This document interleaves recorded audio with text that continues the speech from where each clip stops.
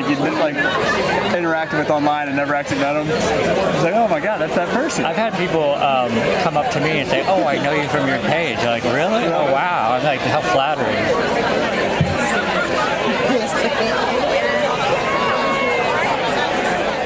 That brought all of this together. My beautiful aunt, you know, I can tell you that I haven't met someone with this much courage in all my life. And I'm proud to say that this woman basically raised me alongside with my mother, and she was able to give me some of her wonderful characteristics, and that's why I'm here standing to talk to all of you. But let me go ahead and introduce her. So, Alondra Ruiz, here you go.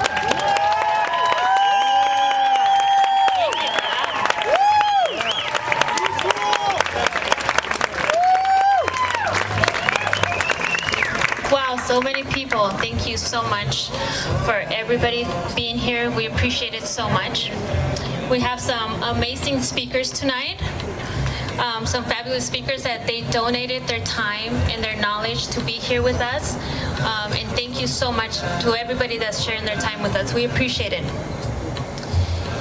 We have created this event to get empowered, to create a movement of liberty. And I believe after tonight, some great things will come of this event.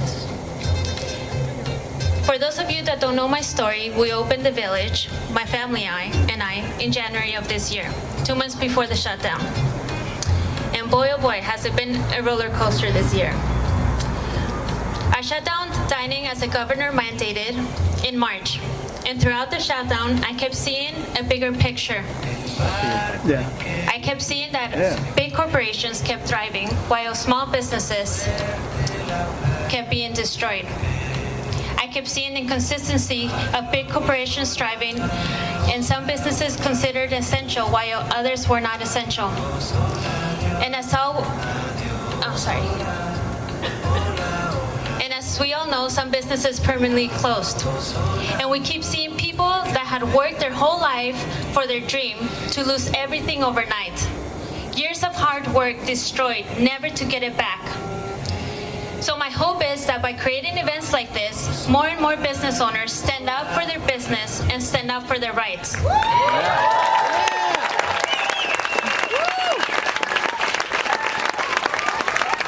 We cannot let fear take our dreams away. We must step into our power. We are infinite beings that can make a difference when we step into our power that God has given us. But in order to tap into that power, we need to be aware what we're up against.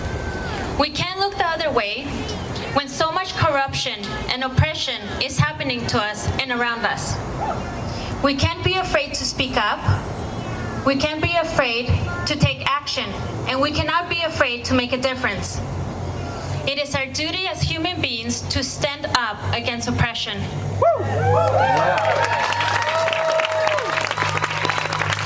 Unfortunately, many people still believe we are living in a free country, but we must acknowledge what is happening, and that every day that we stay quiet, our rights are being stripped from us.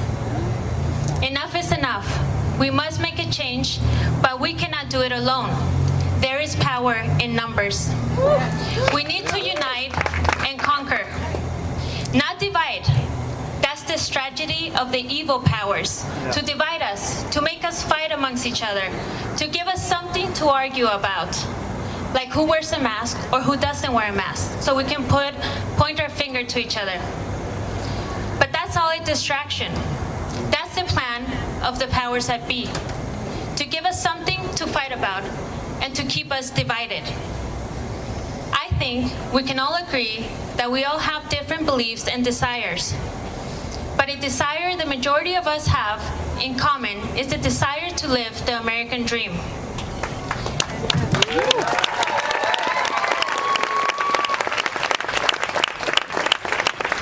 Where equality and opportunity is available to all of us, allowing the highest aspirations and goals to be achieved with justice and liberty and the pursuit of happiness. And no one can do this for us. We must take it. We must create a different reality than what we are currently experiencing. And I don't know how you guys feel about this. But I had enough, and I'm not willing to give up my freedom.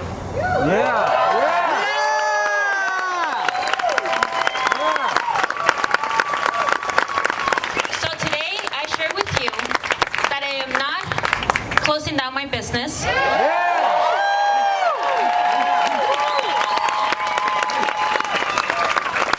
I will not lay off my employees. And I will not surrender to tyranny. I will fight until I cannot fight anymore. Every action I will continue to take regarding liberty will be with the famous words in mind of Patrick Henry. Give me liberty or give me death. Thank you.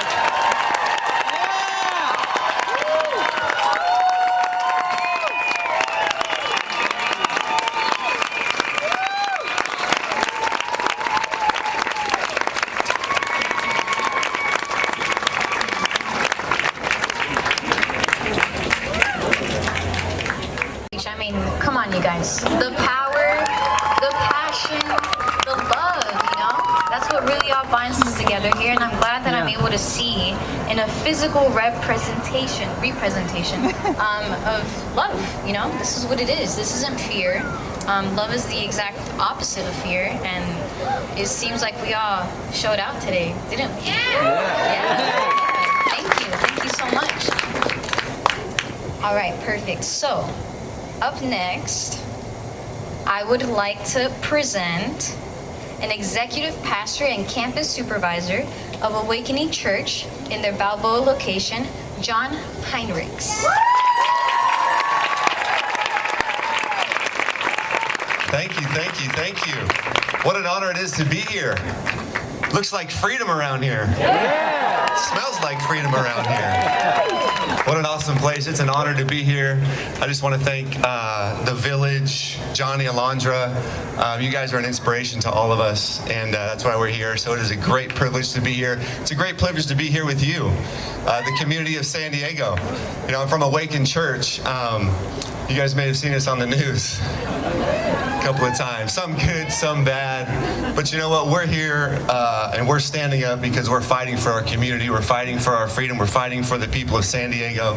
And so tonight I want to just encourage you in that. And I want to tell you a couple of stories. And I will use a couple of scriptures because I'm a pastor. By the way, I never thought I'd be a pastor. My goal was to be in the big leagues playing baseball. I blew out my knee. It was with the Florida Marlins organization, and so God took me on a different path. So I'm not very religious because I never, expected to be a pastor. So if I get passionate or say something you don't think a pastor should say, please forgive me. But I want to give us some history, and man, I wish at a time like this, I wish I would have paid attention in high school in history, because now I love history. Back then, I don't even think I ever, was awake in history. But the Revolutionary War broke out in 1775 because of philosophical and political differences. The Revolutionary War was basically an insurrection by American patriots like you in the 13 colonies to British rule, resulting in American independence. So basically, if there wasn't a bunch of patriots rebelling against tyrannical rule, we would not have the United States of America. I think those early Americans would be rolling around in their grave right now, watching America just bow to all of this tyrannical rule. But at that time, Great Britain had a population of about 8 million people. They had the biggest military in the world. They had the most land in the world at that time. And what would be America had about 1.5 million people, but only about 7% of those people were willing to fight for freedom. So let's just call it 100,000 people, a small remnant of people against this mighty military army in Great Britain. But these guys and gals were willing to put themselves out there while the rest were apathetic and waiting to see who was going to win before they decided to join. I feel like there's a lot of people right now just kind of waiting on the sidelines without the courage to stand up, just saying things like, well, God's in control. Whatever happens, gonna happen, which is not biblical, by the way. But there's people like you who are willing to stand up and fight.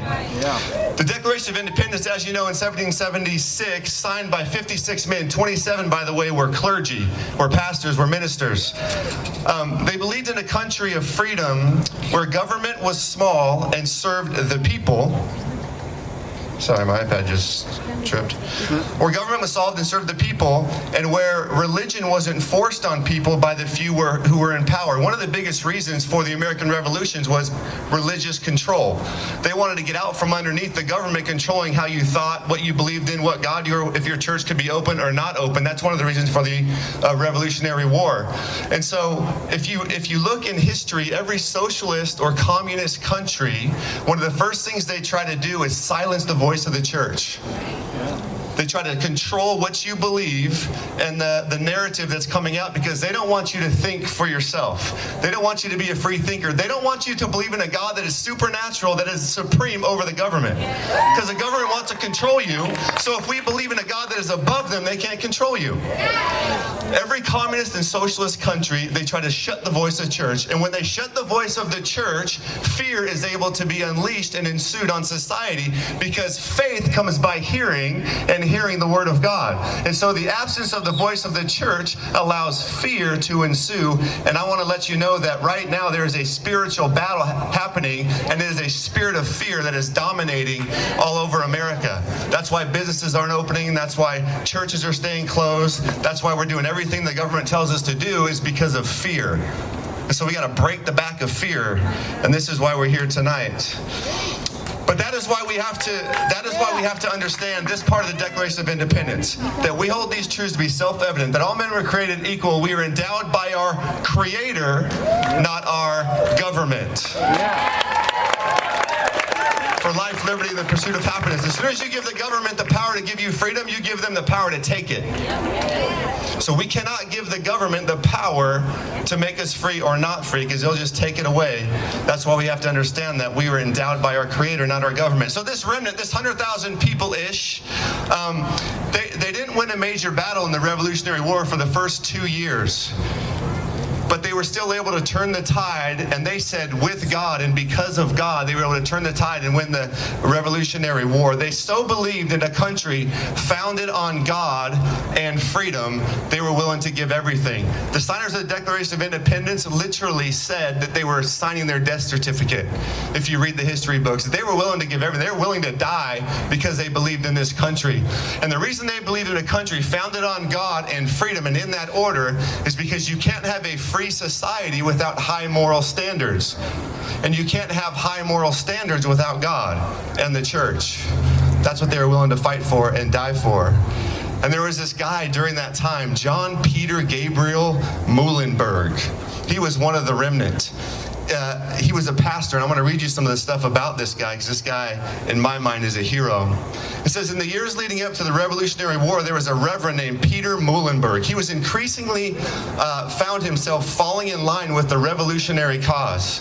Muhlenberg, because he was a pastor, was obliged to obey the words of Scripture.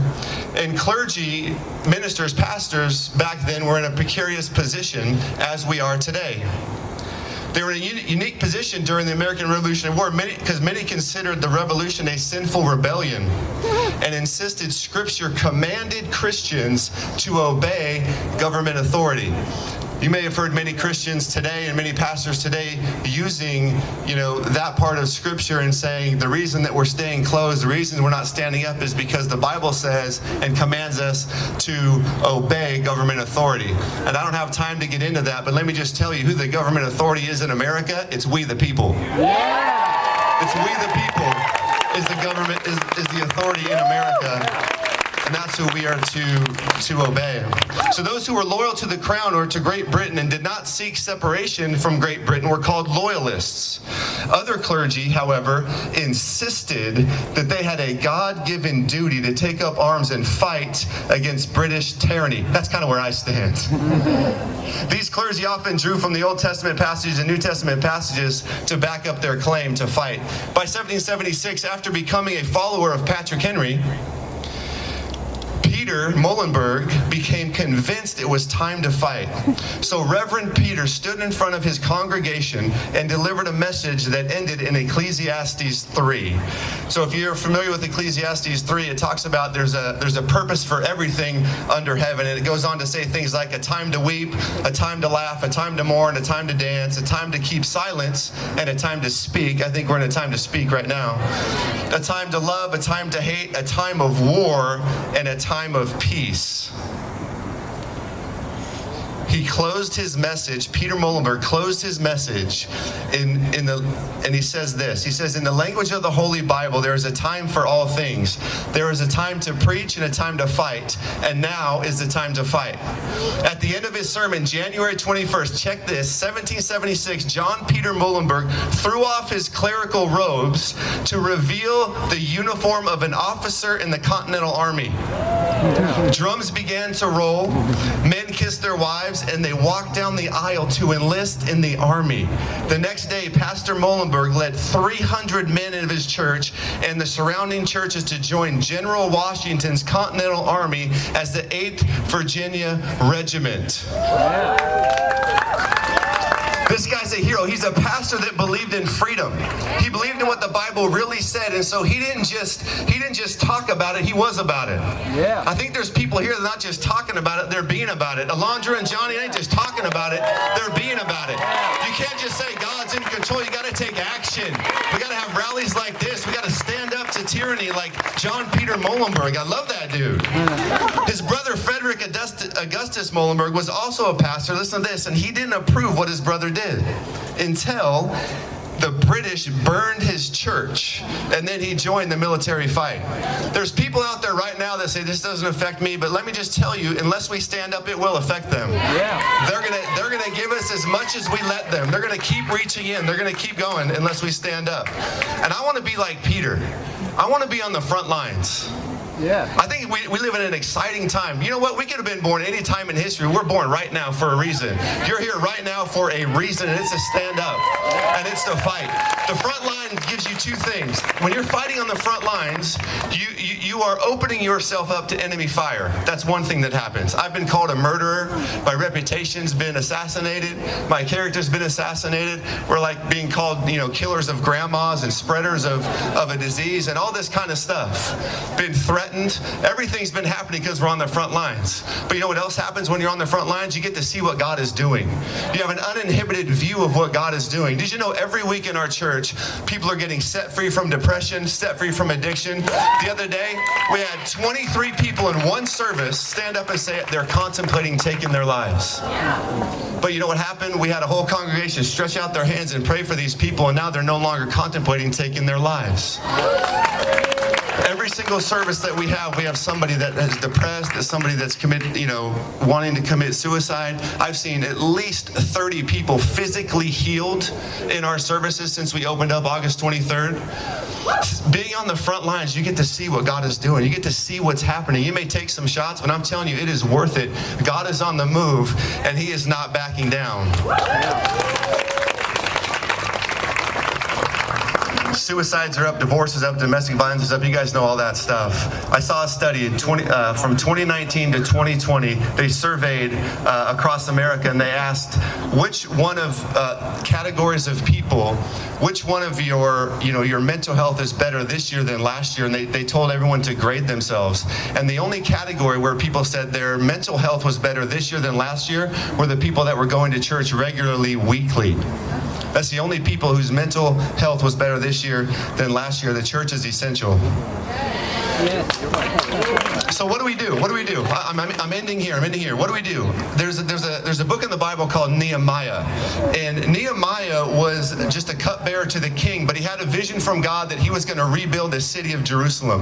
The city was in ruins. The walls were down. So he had a vision. He had a purpose on the inside of him. He wanted to rebuild this city. I feel like a lot of us right now, we just want to rebuild our city. We just want to get back to normal. We just want to get back to going to work and getting in community with people and not having to cover your face all the time. And we just want to get back to doing what we're doing. So he had a vision just to rebuild his city. Seems like a pretty good desire, a pretty good vision, right? You would think. So he gathered all these people together and they started to rebuild Jerusalem. And so they're there, and the Bible says that they were side by side, shoulder to shoulder. They're rebuilding the city. They're putting back together the walls, and then the government came and they said, you guys are rebelling against the king. You need to stop rebuilding your city. And so what I love about Nehemiah is he didn't just bow down to what they said, because he knew what he was doing was right. And so he gathered the people together and he said, you know what, this is what we're going to do. And so he got the people together and he said this. The Bible says that they were rebuilding their city with one hand, and they were holding weapons in the other hand. I think right now we need to be building our city, be building our businesses, be building our family, be building our schools, be building our churches with one hand, but we got to have a weapon strapped to our side in the other hand in case they come and try to shut us down or try to tell us we can't do what God has purposed us to do, and that is rebuild the city of San Diego. I want to lead the city. I want to lead the country. I want to lead California and coming out of this thing in strength. In strength. And so that's how they fought. And it was amazing that what's happening now is the same thing then. They were trying to turn these people, these patriots, these people, these business owners, these just regular people, they were trying to turn them into criminals. It's like, just because you have a business now, you're a criminal. Just because you don't wear a mask, you're a criminal. Just because you have your church open, you're a criminal. You're a murderer. You're all this kind of stuff. It's like, what? We're actually trying to build our city. We love our city. We love the people. We see what's happening. So Nehemiah, you know what Nehemiah said? They came and said, you better stop. You're rebelling. You better shut down. You better knock it off. This is what Nehemiah said. In Nehemiah 6:8-9. He says, then I replied, Nehemiah, there is no truth in any part of your story. He's talking to the government. You are making up the whole thing. This is in the Bible. Nothing new under the sun. They were just trying to intimidate us, imagining that they could discourage us and stop the work. So I continue to work with even greater determination. I think right now you and I need to make a decision that we are not going to stop working, that they can't discourage us, but we're going to work even harder, with even greater determination, with even more passion on the inside of us to fulfill what we believe God has called us to do and rebuild our city. Do you believe that today? Come on. Amen. I just want to pray for you really quick, if that's okay. Let me just pray for you really quickly. Father, I thank you for what you're doing in San Diego. I thank you that there is an awakening happening in our city. Father, led by warriors, led by people who are just trying to rebuild our city. Father, I thank you for the village. I pray for the blessing of God to land on this place. Lord, protect them, be with them, and Father, be with all of these people that are here that are standing up, Father. Protect us even though we're in the open. Father, I declare right now over San Diego that we are opening, Father, that we are following you, that the churches are opening, the businesses are opening, Father, schools are opening. Lord, protect our city, bless our city, bless these beautiful people. In Jesus' name, everybody said, amen. Amen. Thank you so much. God bless you. Wow, beautiful. I think everyone was just left feeling absolutely inspired, It's like the love that was behind that, back to the love. That's my personal thing. I mean, I'm not technically get back on track. Thank you so much, John. I really appreciate the blessing that, you reached out for, the village. The village is it takes a village, really, So let's keep going. Let's see. Perfect. All right, so joining us next is a medical freedom activist with 20 years experience in performance and healing and the author of the book Survival Guide for Life. Please help me welcome Dr. Tommy John.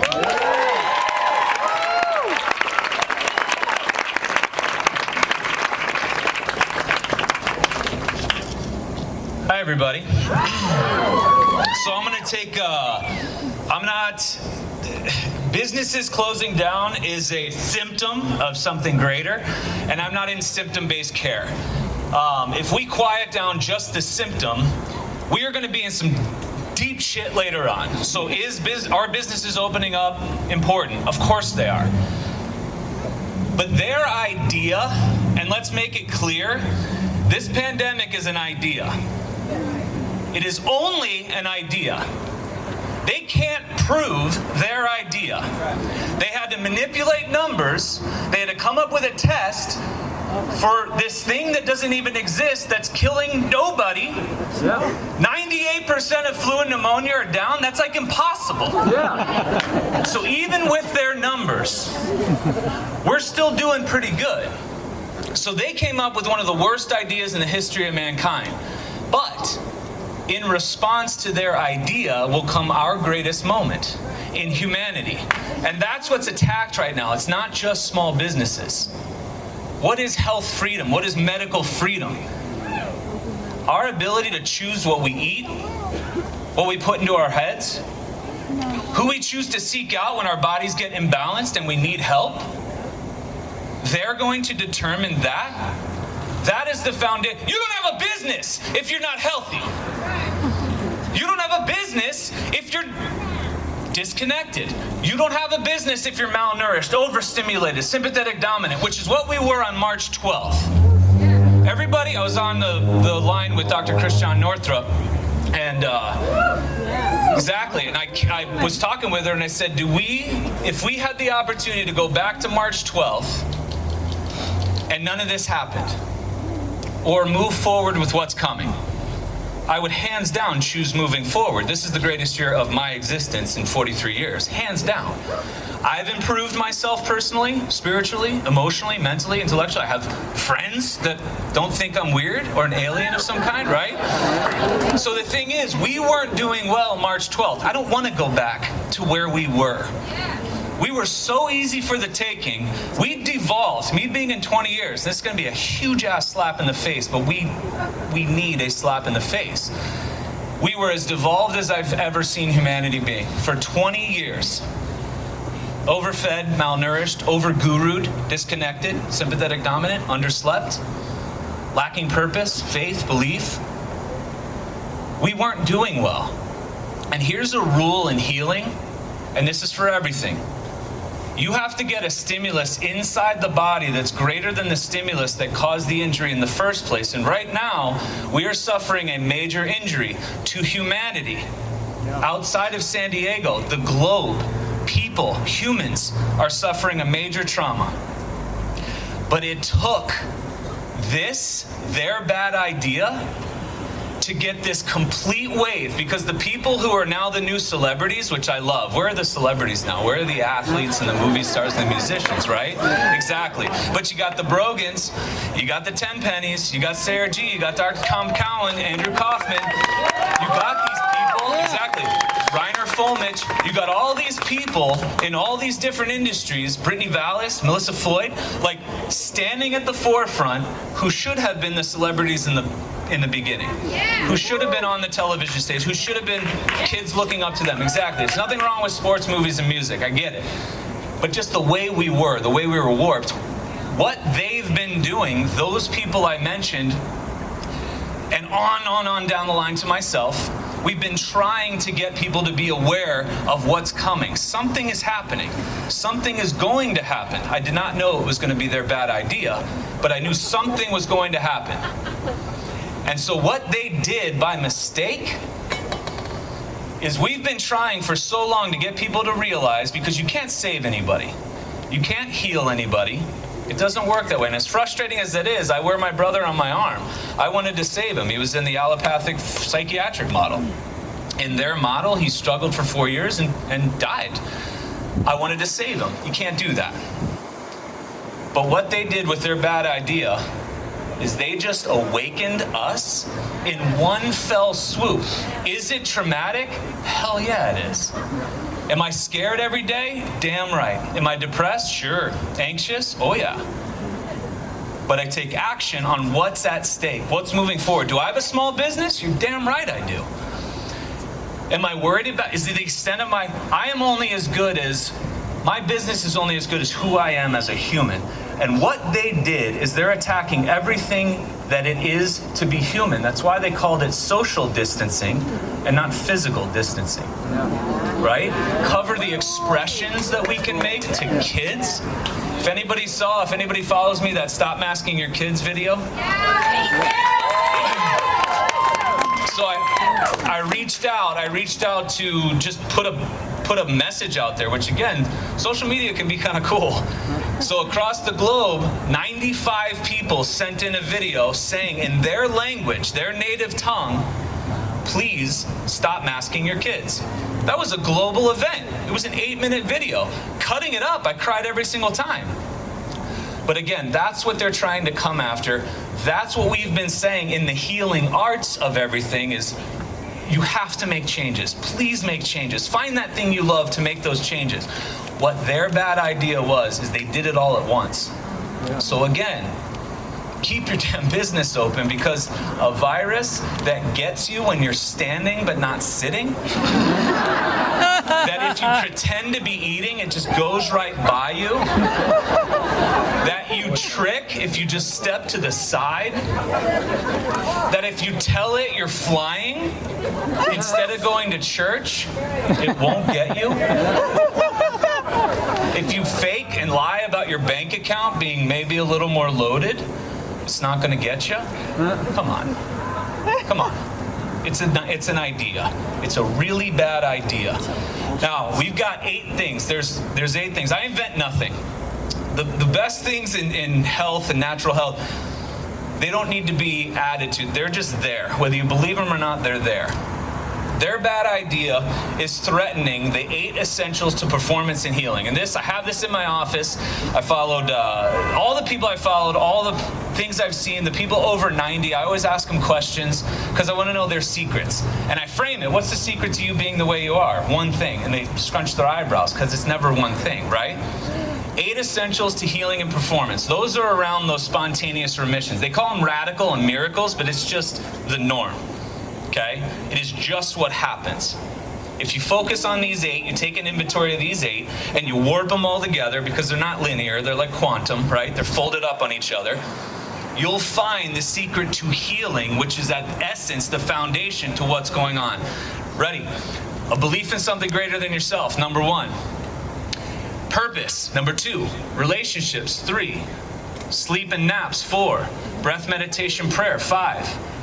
Outdoor exposure, natural light exposure, 6. Nourishment, 7, and that's not just food, it's everything we're seeing, thinking, hearing. And number 8, body movement. Now, what have they done? Their bad idea is attacking each one of those. There's rumor that the shot attacks our belief, our genetic line of our belief in something greater than ourselves. And that's going to be proven in court. That's scary. Plus, he already mentioned it, we're to worship the white coat. No. The TV, that is God, right? So they are tearing the very fabric of who we are spiritually. Connection to self greater than self. Purpose, close down your business, close down schools, close down sports, close down movies, close down whatever your reason for being is, they're attacking it, and they know this. Number 3, relationships. We talked about it. Social distancing. It's not physical distancing, it's social. Can't communicate to each other. Why? Because you get other ideas. Yeah. Number 4, sleep naps. I don't know about you, but when I'm terrified, I don't sleep too well. Okay? Number 5, breath meditation prayer. I don't breathe too well. If I'm disconnected from spirit, I can't connect to that. I can't slow things down. Number 6, we're not allowed to go outside.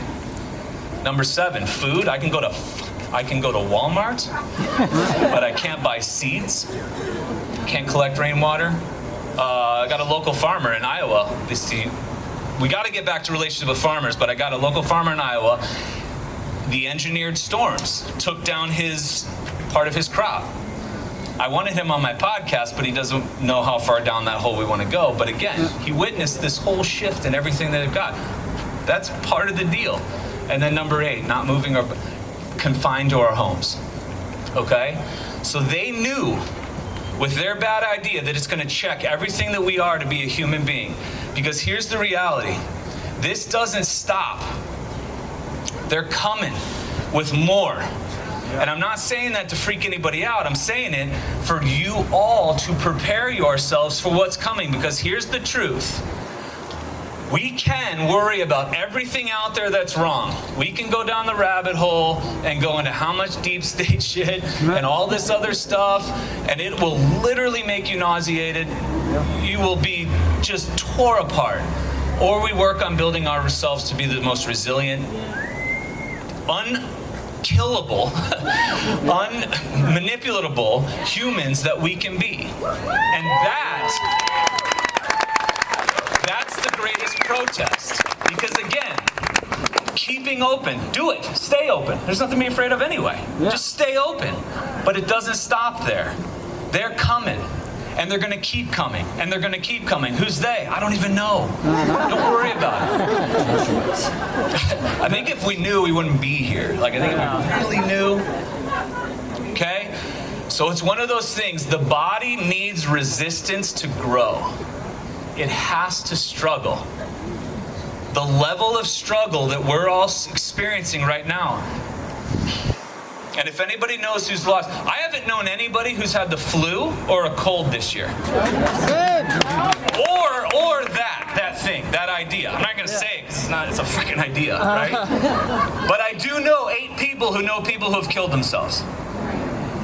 The flu, I don't know anybody. That is coming. We need to put ourselves in a more resilient position to be able to be not taken moving forward. And by that, in the words of Kelly Brogan, you owe to the world to start healing yourself, because in so doing, that helps heal the globe. And that helps you stand in front of your business and resist whatever they're going to bring, because you know what's at stake. You know it's just not freedom, financial freedom. It's everything they're taking from you as a human. That is what's at stake right now, and I can't stress that enough. I want to do a little experiment, because this is the most important part right here, okay? Because both narratives are using this, and it aggravates me. So we're going to count off this front row. We're going to go every other person in the front row. And every other person is going to come up just for 10 seconds. We have a random song that's going to be played, and you're going to sing, okay, for 10 seconds. All right? Play along. Okay, no, it's not going to happen. But here's the deal. Listen to this. This is huge, okay? How many, anybody in the front row, heart rate increase? Blood pressure increase? Anybody scared? Anybody sweating? So now here's the deal. The way the body's designed, that's called a sympathetic response. By design, that's there for the lion that presented itself so that we could fight that lion and eat it, and then go back to our cave, and then calmly do the other part of the nervous system, which is make love and digest and rest, right? Okay? So when that sympathetic response ramped up, what happens to immune? It drops down. It's inversely proportional. It's by design. It's absolutely perfect. I just said an idea and totally eliminated your immune response for a period of time. Now, what's cool about this, and a lesson in perception, everybody back there was entertained. They had a nice immune boost because they probably laughed, they felt good, thank God it's not me. There's the thing. Is there something repeating a fearful idea non-stop? Shut it off! Yeah. Because even if you're not paying attention to it, it's raping you, your soul, and it's diminishing your immune. And it's not about a virus and an immune, because you don't catch them anyway, and that's my belief, okay? Germs don't cause it because we're here because of germs. Yeah. So the thing of it is, moving forward though, we need to be resilient. We need to have the ability to adapt. We need to be strong and connected. We are our news. We are our information sources. This isn't stopping. We're going to have to create new schools and create new business lines and new travel and new law and farm. We're going to totally have to create our own existence, and that doesn't happen by who existed on March 12th. Yeah. We have to go at that. Keep your business open. Hell yes. Ultimately, Your personal self is your business. Yeah. Okay? The greatest protest is being the most resilient, adaptive, connected human on the planet. It starts with us. Let's do it today.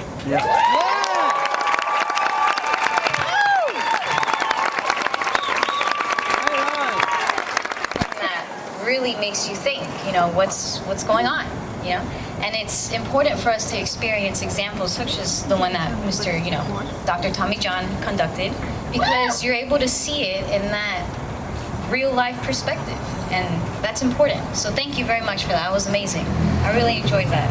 All right, so here to speak about reopening the U.S. and how that relates to control and freedom, I have Dr. Cordie Williams, aka the Megaphone Marine. There you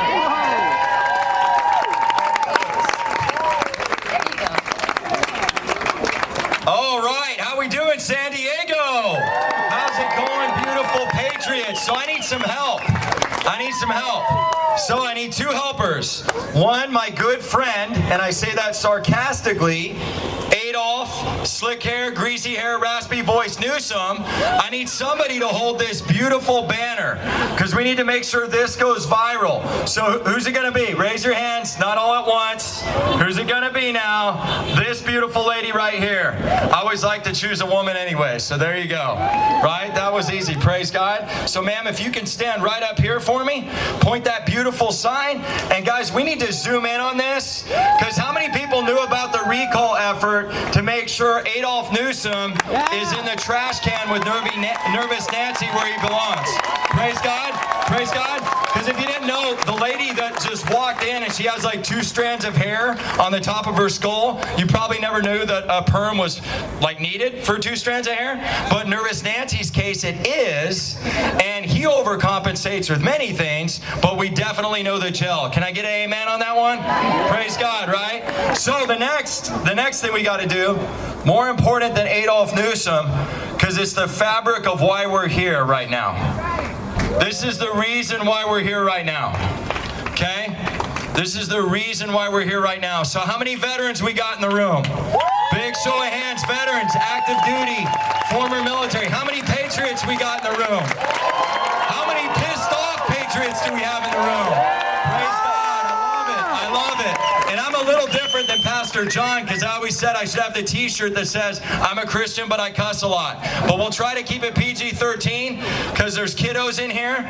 Some of my online clips, you'll know they're a little more of the rated R fashion. And I apologize to people that are my mentors like Peggy Hall, Pastor Greg Locke, Pastor Gibson. They're trying to change me. They're like, dude, when you get PO, just speak in tongues. I'm like, okay, I hear you, brother. Sometimes I do, but all my tongues start with the F word. So it's hard. I'm trying though, I'm trying. So, veterans, again, I need somebody to hold Old Glory. Get your fanny up here. Who's gonna be? Who's gonna hold Old Glory? There we go, my man. He's got you beat. He's got you beat. So, sir, what's your name, brother? John. And John, what branch of service? Marine Corps. Oh, praise God, my man. So hold that beautiful flag right there. So John knows that Marines are historic for playing with crayons, crunching them up in little pieces, and then forgetting that you're not supposed to put them in your mouth. We're like notorious for that. It's like, take the wall, and we're like, okay, you want me to go over it or into it? And sometimes that's why there's a high concussion rate amongst, active duty Marines. No, I'm just joking. But at any rate, he's going to hold Old Glory because there's a number that I want you to remember today. 17,046. And that's the number of Marines, sailors, soldiers, and airmen that have come home in body bags, that have come home in those flag-draped coffins. And so as we talk about tyranny today and tonight, as we talk about censorship, as we talk about the World War II book burning for the first time in our modern history that we're experiencing, we have to remember the souls that are 6 feet under. because 17,046 of them in the last 10 years came home and abandoned a niece, a nephew, an uncle, a son, a grandfather, a daughter. Somebody was left hurting because of their absence. Because tonight what I want you to get is heroes aren't found wearing spandex, catching footballs, and kneeling in the end zone. They're found martyred by bullets, by their friends' blood, wearing flak jackets and dodging bullets. That's what we're standing for. Every time we choose to go into a restaurant, a Sprouts, whatever it might be, and say, you know what? Sorry, Chris Lippy. I'm not wearing your facial condom. I'm not wearing your facial condom. I'm not doing it today. I'm not doing it tomorrow. I'm not doing it ever. Because your hashtag facial condom, okay? Your hashtag facial condom is a control mechanism. It's a mechanism to say, you know what? I own you and I dictate what you do. And it's desecrating the memory of the fallen at Arlington. It's disrespecting people like John and my grandfather and my grandfather's grandfather. Because what I know is I'm a first-generation chiropractor, I'm a third-generation veteran, but I'm a lifetime patriot. I'm a lifetime patriot. And I'll be darned if I'm going to see people burn this and desecrate it and disrespect it when the real heroes spent Christmases away, never saw their newborn kid for months. You know, one of my grandfather on my dad's side, didn't meet my father until my father was like 3 years old.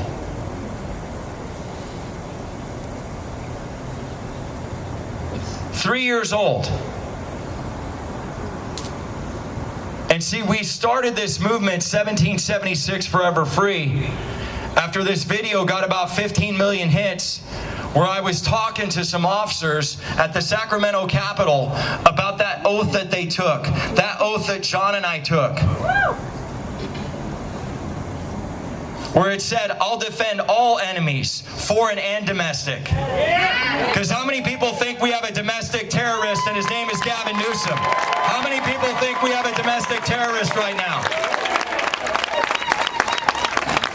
And what I want you to get, what I want you to walk away with tonight is, it doesn't matter whether you're red or blue. It doesn't matter whether you voted for Biden or Trump, okay? And I'm a Jesus freak and I'm a Trump freak. If Trump came out with underwear, I'd be wearing them right now, okay? I'd be wearing them. But it's not about red or blue. It's no longer about that. What it is about is, where do you want your children to be in 25 years? Yeah. What do you want your kids to have, moms? What do you want your kids to have? Absolutely. Because I got a 4-year-old and a 2-year-old. And I'm going to say it again, just like I said from the Wisconsin State Capitol, right?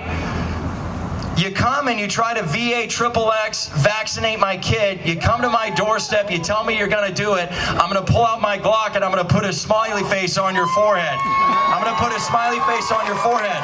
And just like I told the liberal guy that censored me and doxed me, I'm not trying to be a tough guy. I'm not inciting violence, but I am inciting constitutional resolve. Because the souls that are 6 feet under, that's what they died for. That's what they died for, so we would have choice. So we would have that medical freedom. You know what? You want to wear a facial condom? God bless you. I just don't want to wear one. You want to vaccinate your kids? Cool, do it. I just don't want you to tell me I got to.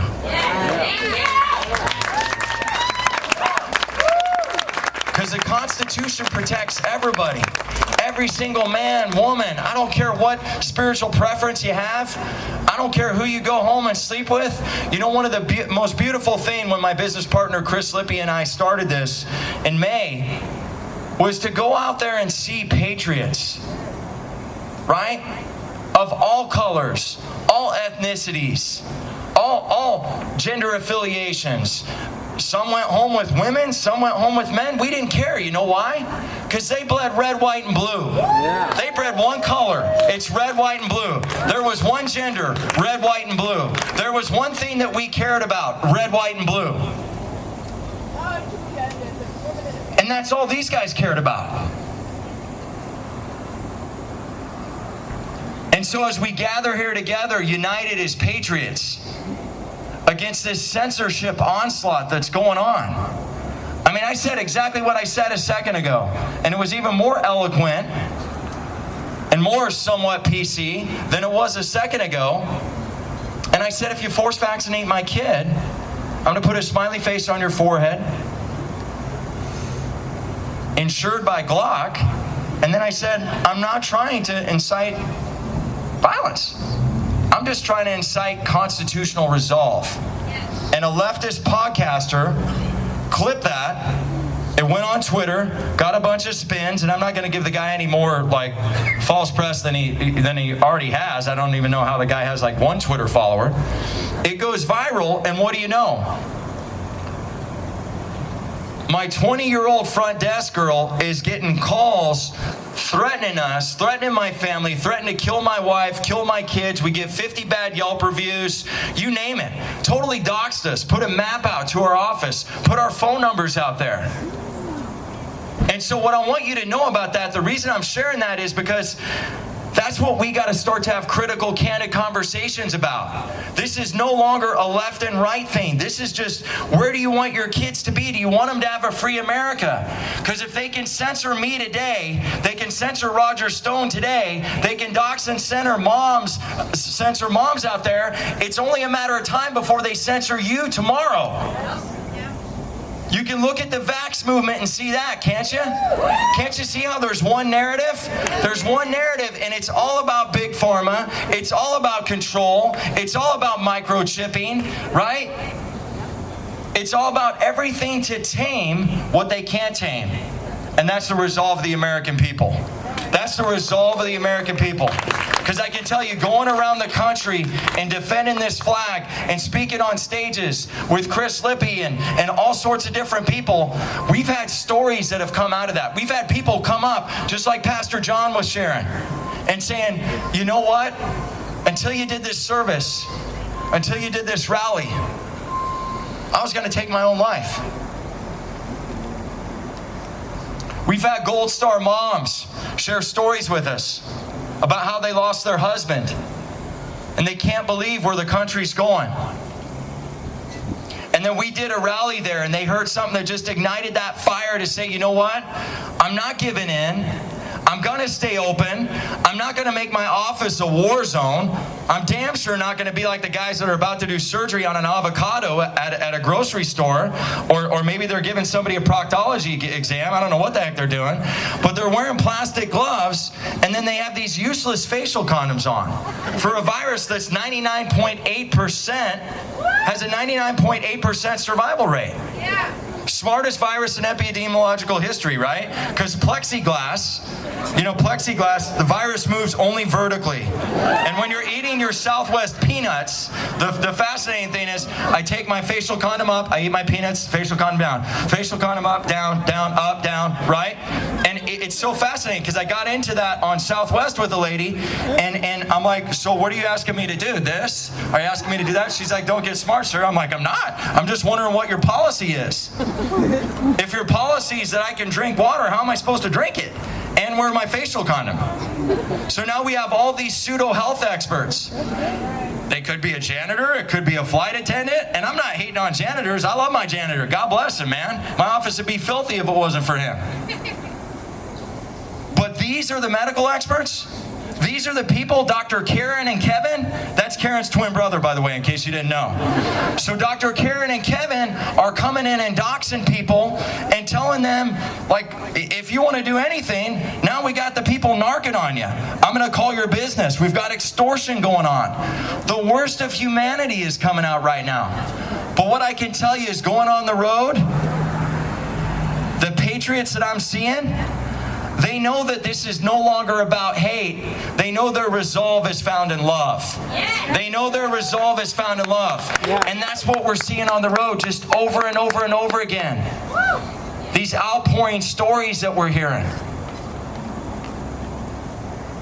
I was in D.C. this past weekend, and I was at the Vietnam Memorial, and it took me 3 times before I got my tail down there, right? 3 times of going to D.C., and so I did an Instagram Live on the Vietnam Memorial, and I was literally in tears. How many people have been to the Vietnam Memorial?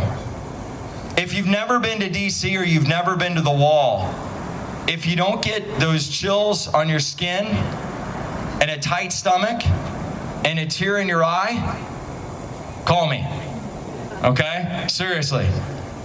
Because I don't know anybody that can go there and not feel that way. And so I was there and I'm walking up and I'm getting choked up and I'm in tears. I get done doing it. I saw one of our shirts there and somebody had gotten it the day before, and you know, I just put it out there. A couple of days later, I start getting letters from people that are impacted by it. And one letter, this page-long letter, was from Kate LaCroix. And Kate LaCroix was writing about a guy named First Lieutenant Michael Allen. And she said, Dr. Williams, I just wanted to tell you how inspiring and moving your talk at the wall was. It meant so much to me, Dr. Williams. Because on section 31A-32B, is the name of First Lieutenant Michael Allen. And I was only 26 months old when we lost my father. And I want you to get the impact of that. Because those are the souls that are 6 feet under. Those are the souls that every day when you think about getting lazy or you get tired of resisting, like my friend Sabrina and so many others, and you get tired of having that battle for the mask, or you get tired of telling that cop to, you know, screw off in a loving way, even though he's just doing his job.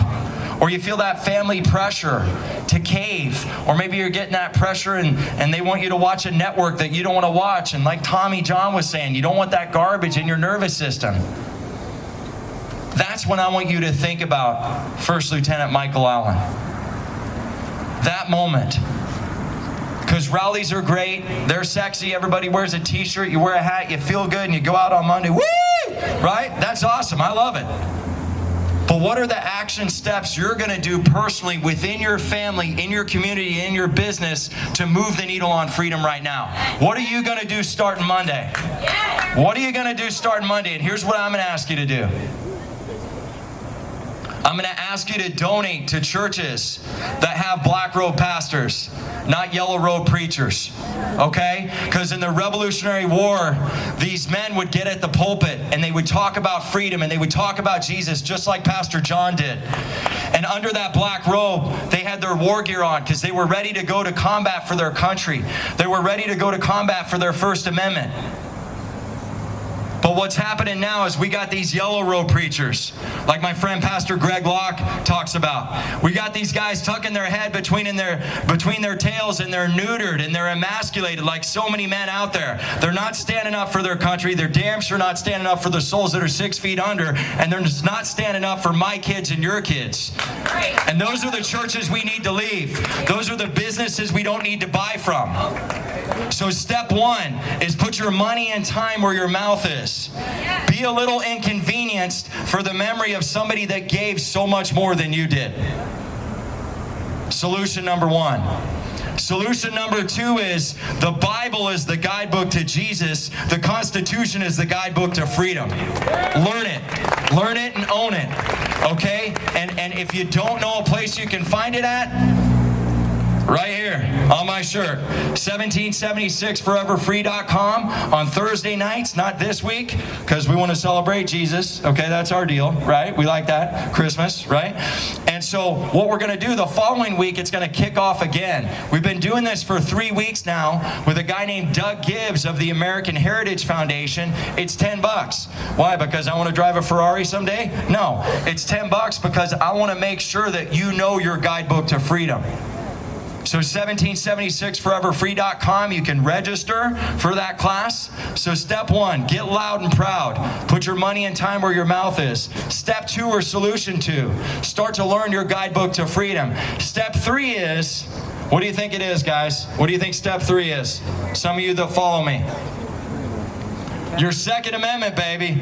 Your Second Amendment. I always say there's nothing sexier than a woman wearing this shirt or this hoodie holding a Glock in her hand. I'm just a little weird. I just kind of think it's pretty sexy, right? So learn how to use a handgun, but learn how to use a rifle too. Is that because I'm inciting violence and I'm a crazy man? No, but Jesus in the book of Matthew, what did he do? He said, love yourself as you love your neighbor, but he also flipped over some tables too. And if you're not a Jesus freak and you're a yogi, well, I mean, there's a time to hand out Bibles and there's a time to stick a boot up somebody's ass. All right? And I kind of think it's time for the boot and the keister. Okay? I kind of think it is. I kind of think we're at that point. Again, resolve, conviction under the Constitution. We're going to be safe. We're going to be quiet. But we got to have those solutions. What's solution number 4?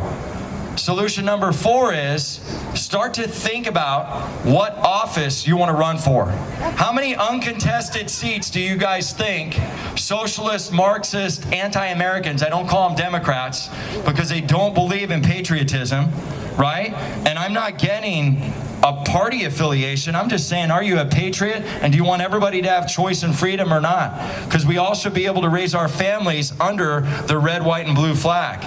We should all be able to do that. So how many uncontested seats do you think we had in San Diego County alone? Somebody throw out a number. Too many, 165 vacant seats in San Diego County. That's Board of Education, Water Board, whatever, right? And what happens? Soros is pumping in 1.1 billion, right? So what happens? We've been going from the top down, right? From a governmental structure standpoint or political structure standpoint. What I'm here to say, and what my nonprofit and the 501c4 we're going to be forming, we're a 501c3 right now, but the 501c4, we want to say, I want people that I call to have that kind of have that Trump entrepreneurship mentality. Whether you like Trump or not, he's a great entrepreneur. And what I want to say is, you've been running your business for 20, 30 years. People trust you. You know what it is to put in sweat and blood equity. Let's get you in office. And instead of going from the top down, let's go from the bottom up. Let's go from the bottom up. Let's plug you guys in. Moms that say you're just a mom. You're not just a mom. You're vital to the family unit. And hopefully you've gotten your kids out of those schools.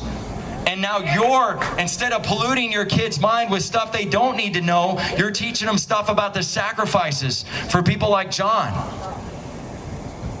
That's what we got to do.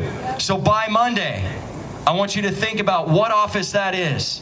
What office are you going to be in? Some of them are 1-month commitments. But you know what? As you matriculate through with your family, right? You become a louder voice in your community. Guess what? You'll say hi to your buddy Dave and you'll be like, hey Dave, come take this position. And now what do? Despite the money they're pumping in, we start to infiltrate, and the next time COVID scam 2, 3, 4, 5.0, the gold-plated edition comes through, right?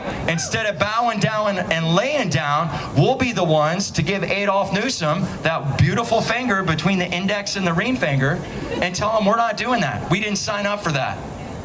And neither did the 76-plus signers of the Constitution. They didn't sign up for that either.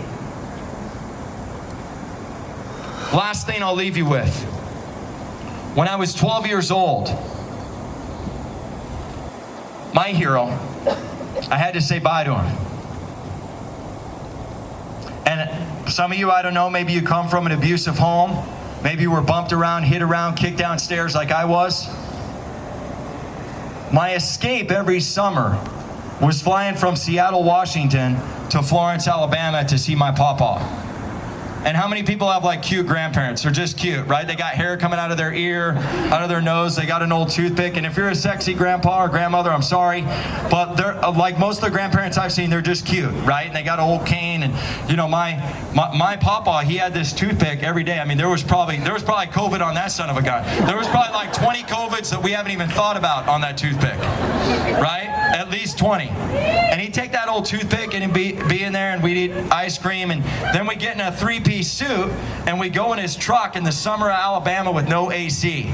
So I'm in like a 3-piece suit and I'm 5, and I'm like passing out of heat exhaustion. I'll probably need somebody's supplements in here, right? I'm just like dying.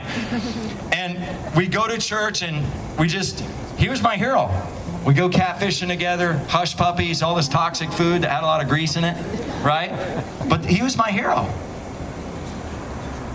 And somewhere around 12, I heard about what cancer was for the first time. And I can remember walking in the room at my house, my grandparents' house in Alabama, in March of I think it was 1992. And I can remember walking into the room I had slept in a million different times, sometimes with my grandfather, sometimes by myself. And my grandfather's sitting there, and he's got tubes and machines all around him, and his skin's paper thin. And my mama pulls me outside, and she goes, "Little Cordie, I hope you can get him to eat something." And he eats a whole plate of food. A couple of days later, I get the phone call from hell. And I'm at my sister's house down the road. And my dad's on the phone. The dad that had punched me in the face, kicked me downstairs, everything you can imagine. And he tells me my hero's gone. And some of you know what that's like. You get that phone call, and it just feels, you can't even describe it, because it feels like your whole world has ended.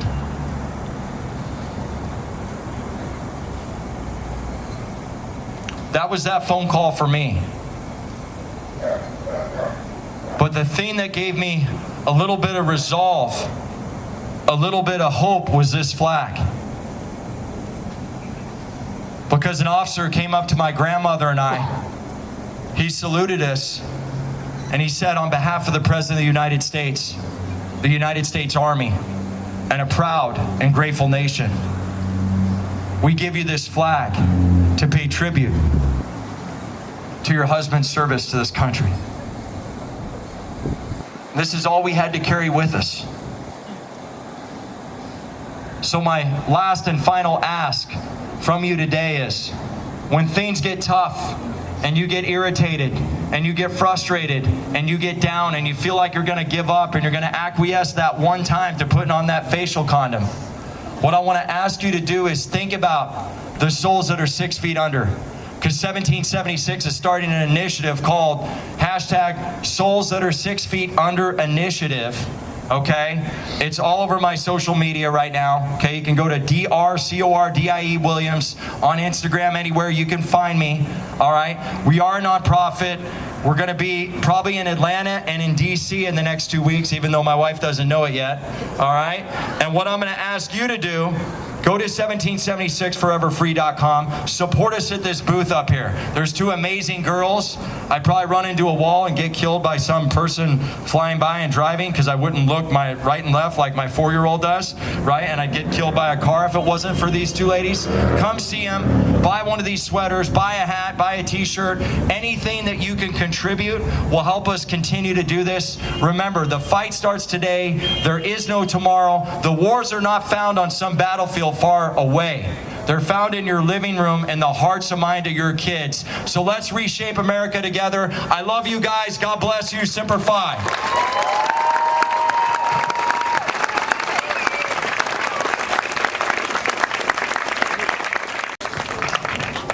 All right, guys, I'm back after, another inspirational input. That was also equally beautiful as all the other things that we've been hearing recently. But our next speaker is a business owner that decided to keep his doors open and publicly announced it. His video went viral, inspiring other business owners to do the same. His stance against oppression has gained him support from people all over the country. Please help me welcome David Chiddick, owner of Koffie in Escondido.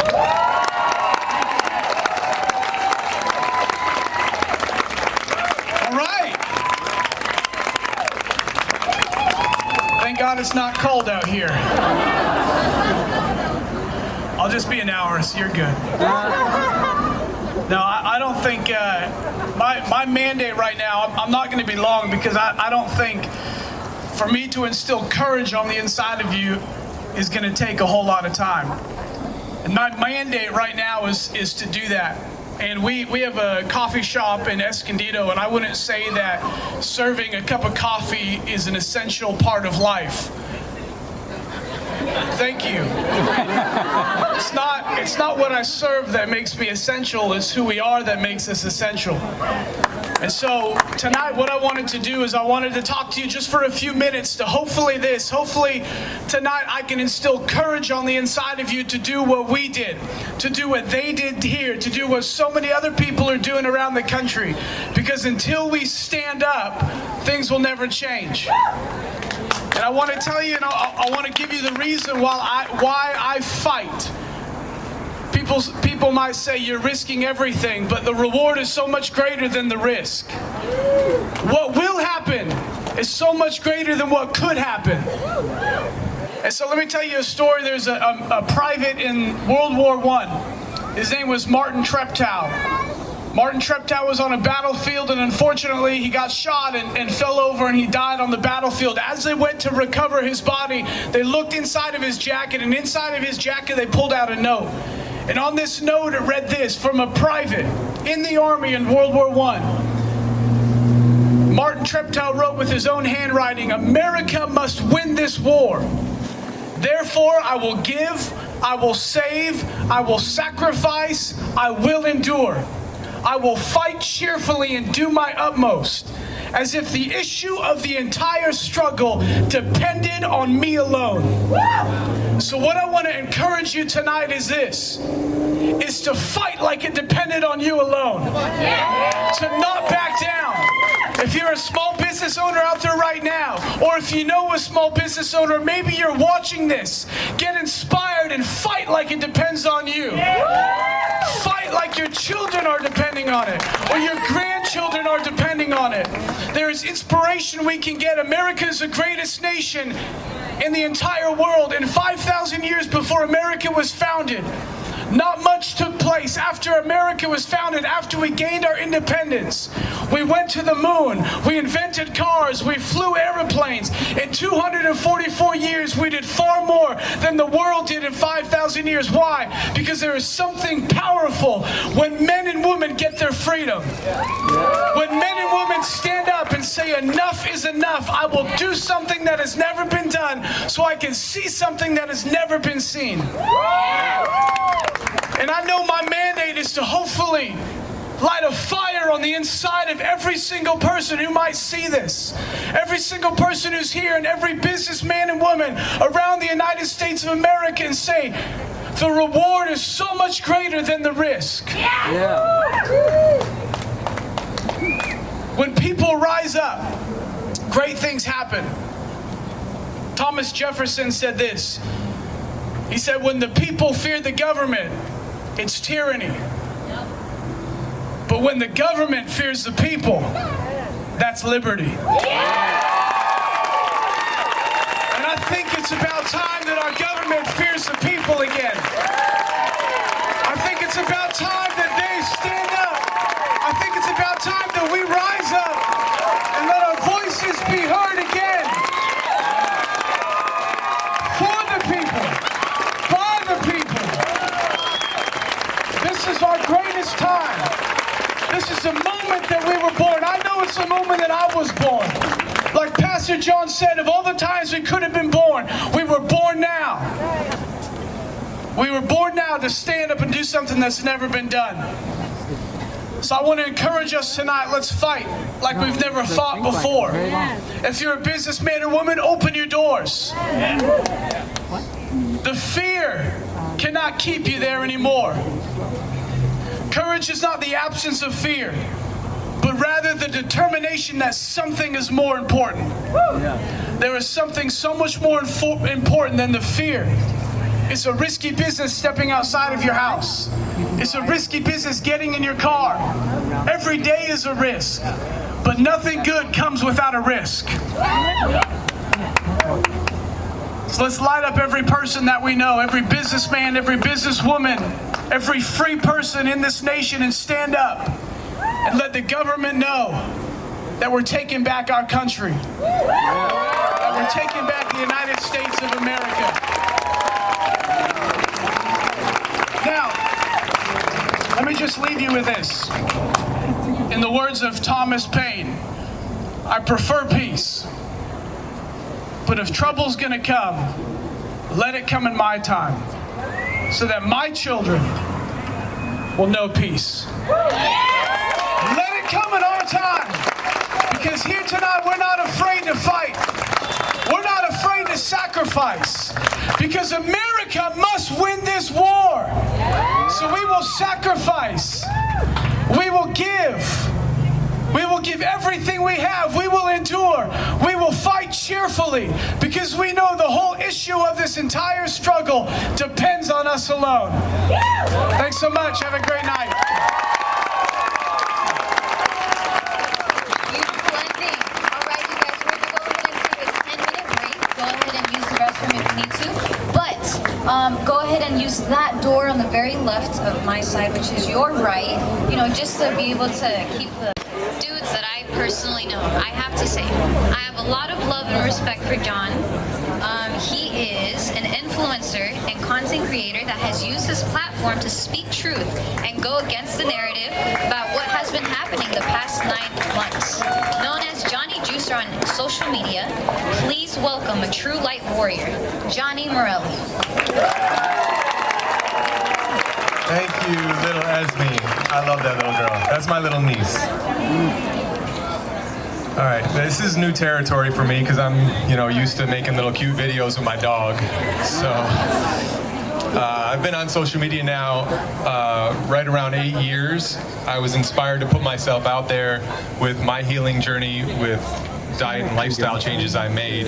I started doing public speaking, sharing my whole journey, which I'm going to do right now, share a little bit of it in a nutshell, just so you kind of know where I'm coming from with my understanding of what's happening. In my early childhood, I had GI issues, and in my early teens, I was diagnosed with IBS. I was lactose intolerant. I had chronic migraines, and when I got out of high school, my problems only progressively got worse. I became a truck driver where I drove a truck for FedEx for 12 years. Ate fast food every day, partied every weekend, pounded energy drinks, pharmaceutical drugs, and I finally had a breaking point when I turned 30, when I saw Fat, Sick, and Nearly Dead. Anybody ever seen that documentary? Yeah, it changed my life. In short, I started juicing heavily, went vegan, and literally healed my body and did a whole 180 with my whole life. Along the way, I inspired my mother, who had a heart attack, and inspired by the changes in me, applied juicing in a whole foods, plant-based diet, and in a 1.5 year time, lost 25 pounds and got off 7 medications. That was when, actually, the Mayo Clinic wanted to cut her open and have heart surgery, so. I also have a friend in Chicago, Lori Arnold, who owns a juice bar, had stage 4 cancer. She was given a 6-month death sentence, basically, 6 months to live, and reversed the cancer doing the Gerson therapy in Tijuana, Mexico. She's now 8 years cancer-free and still living. I've worked diabetes retreats where type 2 diabetes has also been reversed fairly quickly on a whole foods, plant-based diet. So there was just so much truth in diet and lifestyle changes directly in front of me that I couldn't deny. So I was wondering why more doctors weren't pushing this. So that took me down the rabbit hole. I wanted to find out who started Big Pharma, who created the whole medical paradigm of our healthcare system, or what I like to call the sick care system, because it's basically pushing natural remedies to the side, treating symptoms with pharmaceutical drugs, and ignoring the root cause. It's profit over people because good health makes sense, but it definitely doesn't make dollars.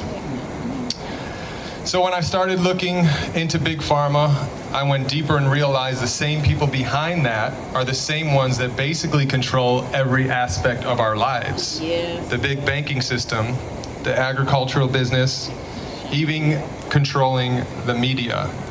You can't even Google things anymore without it being their side of the narrative. So back to me on social media, when the lockdowns originally happened, I was just kind of throwing positive messages out there, you know, like shut the news, go boost your immune system, get outside, drink some juices. You know, Noah was running around. Noah's my little dog. He was running around doing little cute things.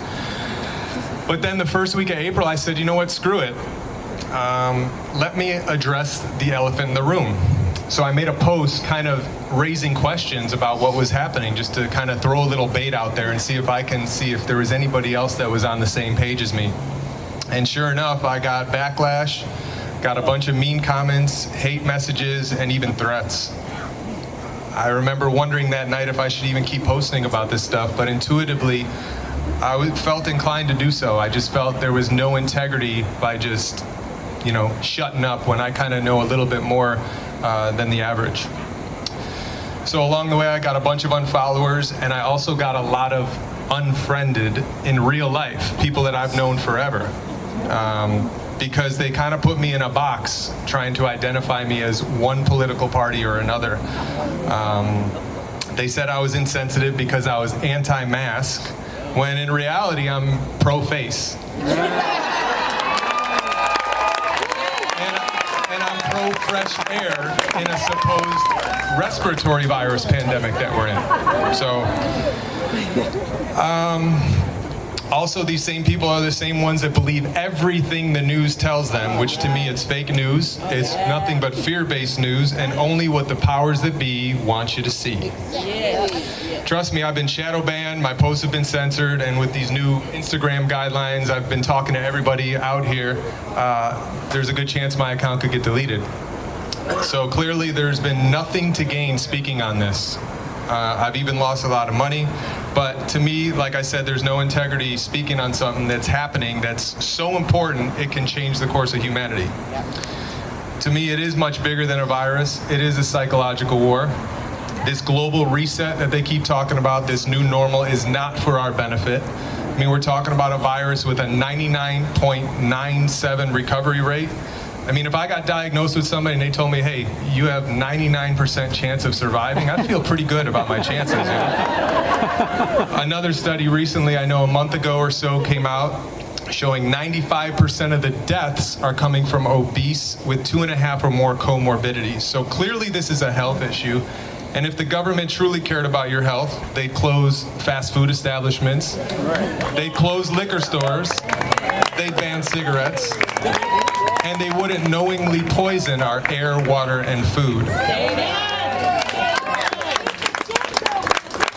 And keep the gyms open, exactly. Their only advice has been wear a mask, sanitize, social distance, and wait for a rush vaccine. To me, it's not a one-size-fits-all with all of us, but since they want to make it that way, that's why you got to dig a little deeper and realize, well, if you're going to do that with us, why don't you do it with all businesses instead of just the small businesses? Clearly, they're destroying the small businesses and the middle class. The government doesn't care about our health. The government doesn't give us our rights. They're here to protect our rights. Instead, they're taking them away, trying to divide us, tell us to assume everyone we come in contact with is infected, to tell on our neighbors if we're not wearing a mask and if we're gathering. So it's up to us to take responsibility for ourselves and our health. It's up to us to do our own research and not just blindly follow the narrative. It's up to us to take action like we are tonight.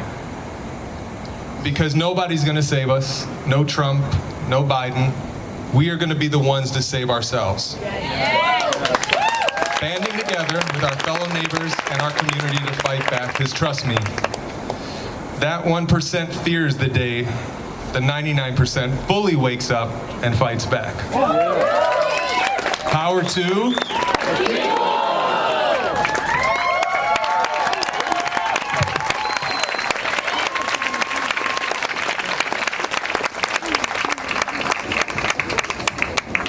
You guys, I love Jonny so much. Let me tell you that. Straight up. That is definitely one of the homies. Anyways, moving along, we have a retired San Diego judge with 30 years experience and associate of the nonprofit California Constitutional Rights Foundation. Please help me welcome Gary Kreep. Now, I realize that most of you have absolutely no idea who I am. But for a long time, I've been fighting in the trenches, in the courts, all over the country to try to protect your rights. I first started practicing in 1975, and I did that until January of 2013 when I went on the San Diego County Superior Court bench. I served there till January of 2019, and I've been back fighting the fight ever since. Thank you.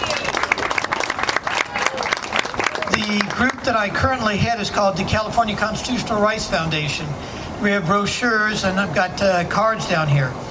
Among the things that we're doing right now is we're providing free legal defense to every person who gets arrested for violating the COVID restrictions. At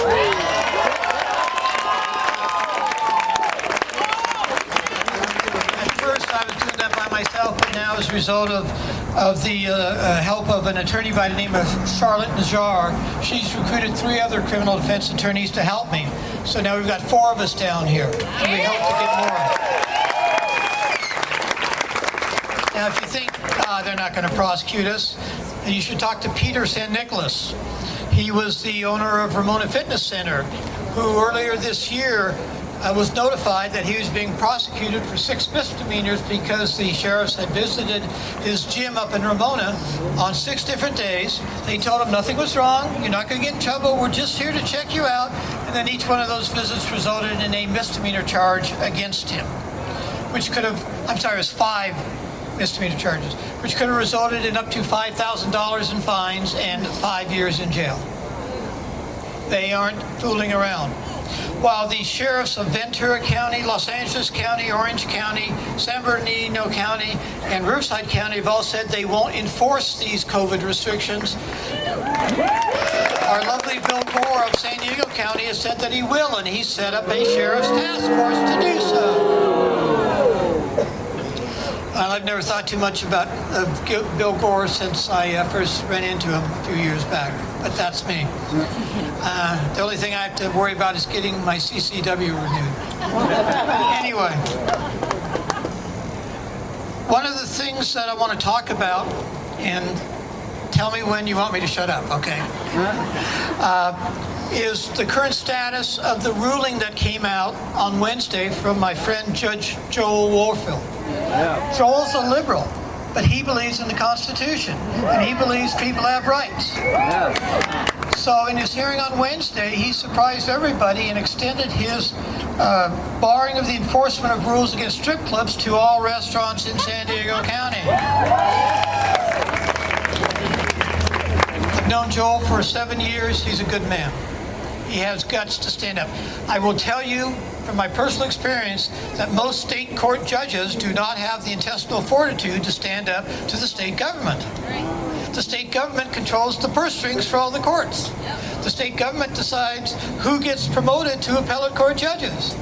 The state government can come in and effectively work hard to defeat a sitting judge when they come up for election every 6 years. I know. I was one of those who got defeated for re-election because I stepped on the wrong toes and wouldn't kiss the right tuchus.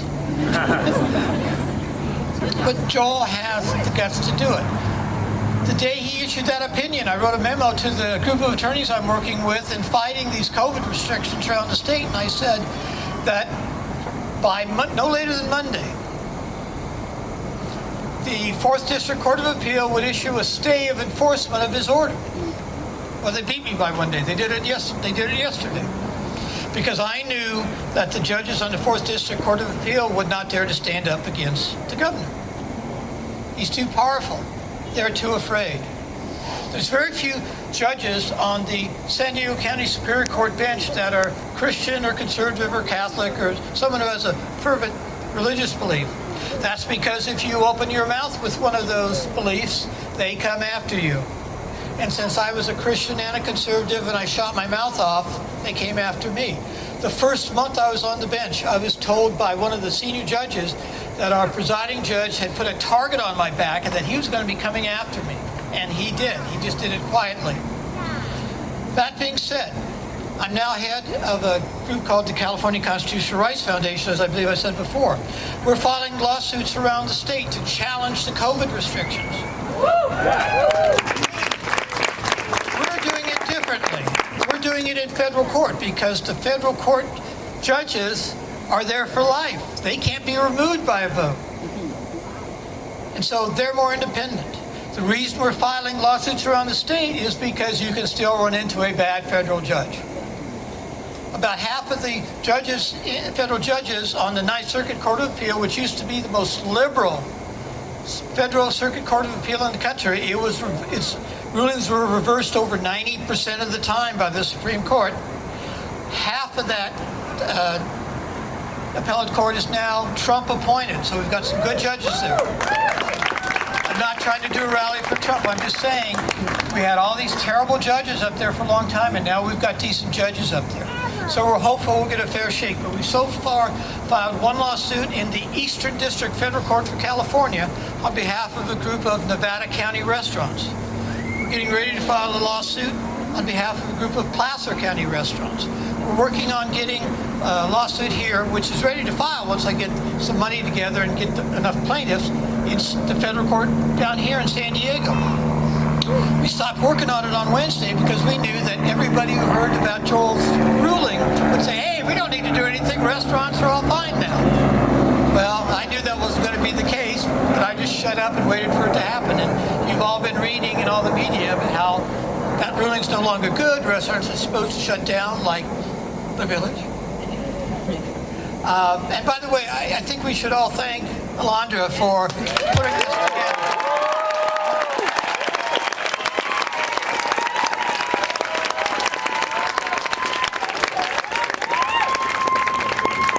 She deserves a lot of credit for this. And I was talking to her, and I think I offended her, and again, I apologize. I was saying, 4 hours? You think people are going to stand around for 4 hours? Well, I was wrong. We're still here. Of course, you know, I guess I shouldn't say anything. I'm a 49er fan, and I still keep hoping for the best on that, too. So. Anyway, if you're interested in standing up to these restrictions, there's people you can contact that will show you the way. The reason that evil prevails is that good people do nothing. You're the good people who are here to do something. I'm an old Calvary Chapel person. Some of you know what that means. And one of my pastors always says, now, don't just be here in church on Sunday. Go live your life out there like you talk about in here. And I have based my life for decades on a Bible, a piece of the Bible. It's Ezekiel 33, 1 through 6. It's the watchman on the wall. What it says is that if you're the watchman on the wall and you see the enemy coming and you do nothing, then the blood of those who are injured and killed as a result is on your head. But if you're the watchman in the wall and you warn people inside that the enemy is coming and they do nothing, then their blood is upon their heads. I have for decades been trying to warn people of the evil coming. It's here. As I've told a number of people that I work with, I believe that this is the attempt by the state of California and the demagogues who run it to destroy the middle class in California. The only thing that keeps our nation running is the middle class. And the Democrats hate that because they want us all to be on welfare. They want us all to be beholden to the government so that they can control us. And it's just going to get worse with Biden in the White House because he's going to just, anything the leftists want, he's going to follow up on. And that's bad. I'm not a Trump fan. I think he did good things. And anything good he did is all going to unravel in the coming months. But it's up to you. If you want to join us in our fight, if you want to donate to our nonprofit organization, get a tax deduction for your donation, and fund our lawsuit, you can talk to me. You can talk to Lee DeMille right here. He's with our California Country. Right now. take one of my cards, or Lee's got cards on him, or one of our brochures to tell you how to get a hold of us. If you need legal representation because you're going to be criminally prosecuted, and some people, like my friend Peter San Nicolas, it's funny, I was getting out of the hospital literally that day, and Peter calls me and says, Gary, I'm being criminally prosecuted by the County of San Diego. The County of San Diego, it's bizarre. They held a press conference that day to announce that they were prosecuting Peter as the first business in San Diego County to get prosecuted for defying the COVID restrictions. They held a press conference to announce a misdemeanor. Murder prosecution, yeah, I can understand, but a prosecution to announce a misdemeanor? Give me a break. That told me how much San Diego County politicians, specifically Nathan Fletcher, who's going to... Yes. Nathan and his wife, Lorena Gonzalez, they're hopeful to ride this up to higher office, and hopefully we'll stop them, but that's another issue. If you want to help us fight, you want to become you're a business person, or you've had your rights denied, contact us, join us. If you get criminally prosecuted, contact us, we'll help you. We're not charging anything for bringing these suits, but we need to raise money to pay, not me, because I'm doing it for free, the staff members who work with us. It always takes money. So, if I can answer any questions afterwards, should I shut up now? Where's Alondra? If I can answer any questions afterward, I'll be glad to. There's more speakers coming. I don't want to take up any more time. Thank you very much for listening. God bless you all. Thank you so much, Gary. I think we can all agree that what he's, up to is quite big. He's the man that's behind it. He's taking care of us. So definitely go ahead and check out the brochures, the cards. Everyone needs to be really informed on how they could get that legal help if they really need it, because you never really know who's gonna really need it. You know what I'm talking about? Anyways, last but not least, we have an educator, activist, and founder of the Healthy American, which focuses on empowering small businesses to stay open. Please help me welcome Peggy Hall.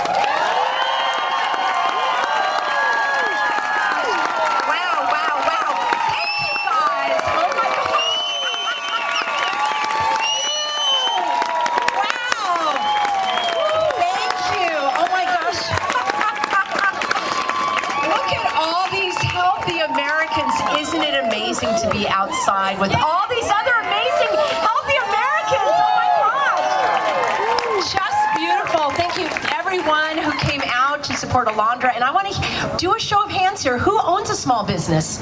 Yeah, look at you. You guys are the backbone of America, all right? Shout out. What are some of your businesses? What have you got? Just yell out. What is it? Acupuncture. What else? Massage therapy. Salons, hair salons, yeah, restaurants, fantastic, oh, fantastic. I've been a small business owner myself for many, many years, and very rarely was it brick and mortar. So I've not been as affected as you have, but I will tell you, they are out to get you, okay? The goal is to destroy private enterprise. And I think you know that. You're shaking your head, you're on board, and that's why you're here. And it takes heroes, people that are willing, what I call to go to the line. Not everybody's willing to go to the line, and I understand that, and I have empathy. I speak to thousands of people who are looking for help. They need support. They're looking for that education, the empowerment, and the encouragement. I hear from young men that are having to wear a mask, toe the line. They're working in a warehouse, and they've got 2 young kids, a young wife, and they're like, oh, should I just leave the mask off and leave? And I'm like, not until you have another job. So these are the people that we're fighting for. I work with many, many restaurants. I came from the Ventura area yesterday or the day before, and we had a group, not quite this large. Alondra really put together a fantastic event, but we had over 100 people in the Channel Islands area. And while we were there meeting, we had the health code enforcer sitting outside in the car. Now listen how this is going to go down. So Gary Kreep is going to be my new best friend, because we are going to be collaborating on some of these lawsuits. Because you know what's happening? the government knows that it actually cannot do what it's trying to do. And you know one of my earliest refrains? No governor can make a law, right? Would you repeat that? No governor can make a law.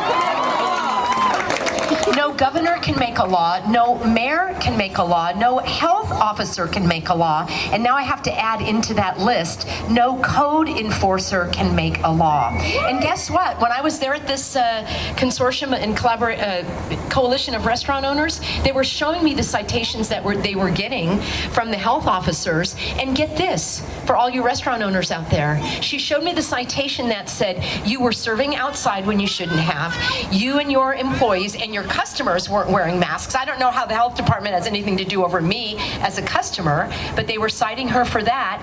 And they said she doesn't have the authority to change her menu until it's been approved by the health department. What do you think about that? How would you like the health department to tell you how much you can charge for your smoothies, what you can put in those smoothies, when you can serve them, to whom, and so on and so forth? This is absolutely outrageous. I am not going to stand for it, and I know you aren't either. I know I do get in my rants sometimes. I do want to make this very uplifting, and I want to take a look at some of the successes that we've had here, thanks to all of you healthy Americans. So let me just share a few, and it's so great to see familiar faces here. So we'll take a look now, shall we, at a few of these successes that we've had. And Gary is exactly right. The only thing I complain about are complainers, and I know I complain sometimes myself, but when all of this happened in the early days, I made a list of people who saw things the way I did, and it was a very short list, and a lot of them weren't really my friends anymore. Luckily, my husband sees things the way that I do, and my family, but I made a list, and all these people were on YouTube. Everybody that was like speaking out against this, they were on YouTube. But then I realized I would watch their videos and I would feel really depressed, because they would talk about all the horrible things that were going on and how the world was going to end and the takeover and the new world disorder that's on the horizon. And it's like, that really made me feel depressed and kind of negative, and like I didn't, what's going to happen? Should I just, buckle up and wait for it to occur? And I thought, no, I'm a solutions-oriented person, and I want to roll up my sleeves, and I want to come out with some practical solutions. And after fighting for about a month on Facebook trying to educate people, my husband's like, that's kind of like a bar brawl on Facebook. Why are you on Facebook? That's like being in a dive bar. You kind of walk in, you say your thing, and you walk out. It's like, people aren't on Facebook to learn things. This is my husband talking. And he said, you're a teacher, why don't you make a video and why don't you put it on YouTube? So I said, okay, I'm going to do that. And so I made a video called "The State of Emergency in California is Invalid and Unlawful," and that really launched the Healthy American. And based on that video, more and more people started to say, hey, wait a minute, there's no emergency, and even if there was an emergency, no emergency goes in front of your rights. And I want you to understand what a right is. A right is something that cannot be taken from you. Are you clear on that? It is not a law. A law doesn't give you this right. As speakers before me have said, these laws are intended to prevent the government from trampling on your rights. You have the right to life. That is your primary right. You were born with inherent rights, God-given rights, and the very first one is your right to life. Life requires oxygen. Thank you. All right? Now, God designed it that way, and He also gave me an immune system. And I empathize with those who have a compromised immune system. I've been in the health field for many years. I've been a teacher and a health educator. My background's in politics and activism. So all this kind of came together for me here. So I empathize with those who are making choices for themselves to stay healthy. But each individual is responsible for themselves, and I'm responsible for myself. And I'm not going to go out of my way to oppress someone with actions that might be harmful to them. And I certainly don't want them to do the same to me. Imagine, and I'm not going to say Alondra's restaurant, but imagine another restaurant said, well, in order to come here, you got to punch Granny in the face. Like, well, that's our restaurant policy. Well, they can't do that. those policies may not be implemented that conflict with the law. And the supreme law of the land is called the Constitution. And the Constitution the Constitution describes how our country was created. And the very first article of the Constitution describes the legislative branch of government. So in our federal government, that's called the Congress, right? We have a Congress and a Senate. And in our state of California, we have an Assembly and a Senate. It was so important to the founders of our country that they described the founding of our country, the only country on the face of the earth that actually is created by we the people, all right? That's why it's called a republic. Look at that word, republic, of the public. We are only governed by our consent, and we are very, very close to withdrawing it, which is why even all these court rulings, we don't even need these court rulings to tell us what the law is. It's written on the human heart. The law we seek is freedom. That is the only law that we are born with that right, as long as we don't take the freedom from others. So our government, the Constitution described our form of government, and it was actually parameters to kind of rein it in. And the number one thing they described was how laws were going to be made. They didn't talk about the president and how to elect the president. They talked about how laws are made in this country, because in every other country, one person opens his mouth and that's a law. And that's not how it works in the United States. But the powers that be are trying to brainwash, I call it mind manipulation, with all of these phrases over and over. The mask mandate, the governor's mandate. Well, the governor made a law. I mean, the LA Times and all of these media outlets just are the lapdog, the henchman, to say that a governor can make a law, or that a health officer can make a law, or now, I guess, the environmental code officer can make a law saying that your menu has to be approved before you can change it. I'm sick of this. No person has any authority to tell you what to do. The laws tell you what to do. And these laws must be made in a legitimate lawmaking fashion.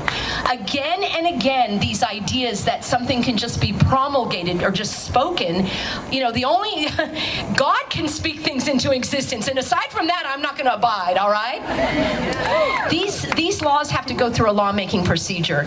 And thanks to the help of Gary Kreep that you met here and others like him that are challenging these unconstitutional, they're not even unconstitutional, they're not even made correctly, all right? They are not going to stand up in a court of law.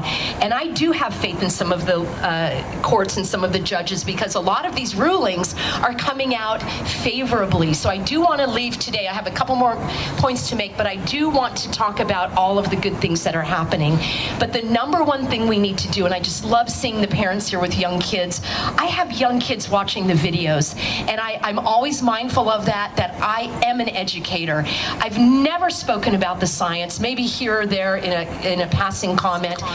To me, even if this was so horrible that 99% of the people were dying, which would be a true tragedy, it still doesn't come in front of my freedom or yours. Yeah. It doesn't matter. It actually doesn't matter. Do we want to find remedies? Yes. Do we want to help our fellow man? Yes. Look at what Alondra's done for us. I'm really near tears, because look around. This is the human spirit. This is the American spirit, the spirit of freedom. It's absolutely, nothing is ever going to extinguish this. The more that they push, the more we're going to rise up. There's no sheriffs here, there's no police here, there's no court enforcers here, because we outnumber them, and beyond that, there is no legitimate authority for what they're doing. They will do it until it is questioned. Just like a shoplifter will shoplift until they are arrested, and that's why we have prisons for criminals. Now listen, those of you that have had a lot of run-ins, maybe trying to shop or trying to get medical care, and you were turned down because you're not going to get a test or wear a mask or whatever these other requirements are that are not legitimately backed by law, I just want to tell you that I side with you, and I know how frustrating that can be. They will be challenged. They do not need to stand, because those are not made legitimately. So the more that they push that, the more people are going to push back, and I am seeing a change. So a couple of the really exciting things I want to share with you. We are creating our freedom communities. Now, some of you saw that video with the big empty shopping center. I'm like, let's just make a new country in there. We'll have our own doctors, our own school, our own, recreation education, we'll have churches, we'll grow food, we'll learn how to make clothes. We need to do that, and you guys need to do that right away. You need to find out your support, who you can trust, where you can go. I really want you to find out sources of food, including restaurants, because what they're going to do, I predict, is because the restaurants are standing up and the governor knows that he cannot create a law, which is why it doesn't even make sense to really sue the governor, in my view. Possibly for certain things, but he already has covered his rear end by saying, well, these were just guidelines, and they are just guidelines. He even says the word guideline, and he came out and said, I can't mandate anything, which is true. So what he has done is he has kicked the can down the road, and he has tried to make the restaurants be the enforcers. He's trying to make the business owners be the enforcers for these non-laws, harassing people, giving out medical advice without a medical license. I mean, it's absolute lunacy, the things that they're requiring. And sadly, what's happening is the big box retailers, who basically are government stores because they're getting government money, all that CARES Act money and the PPE, of course they're doing this. They are becoming the new government. You know, I have our beautiful friend here who got kicked out of Trader Joe's with her autistic son. She was wearing a mask, the son wasn't. It was absolute, just beyond my ability. I don't have the brain power to even calculate how that could be. Trader Joe's doesn't make laws in this country. Costco doesn't make laws in this country. Walmart doesn't make laws in this country. I mean, that would be as ridiculous as Trader Joe's saying you've got to snort a line of cocaine before you can come in. That's probably healthier for you than wearing a mask.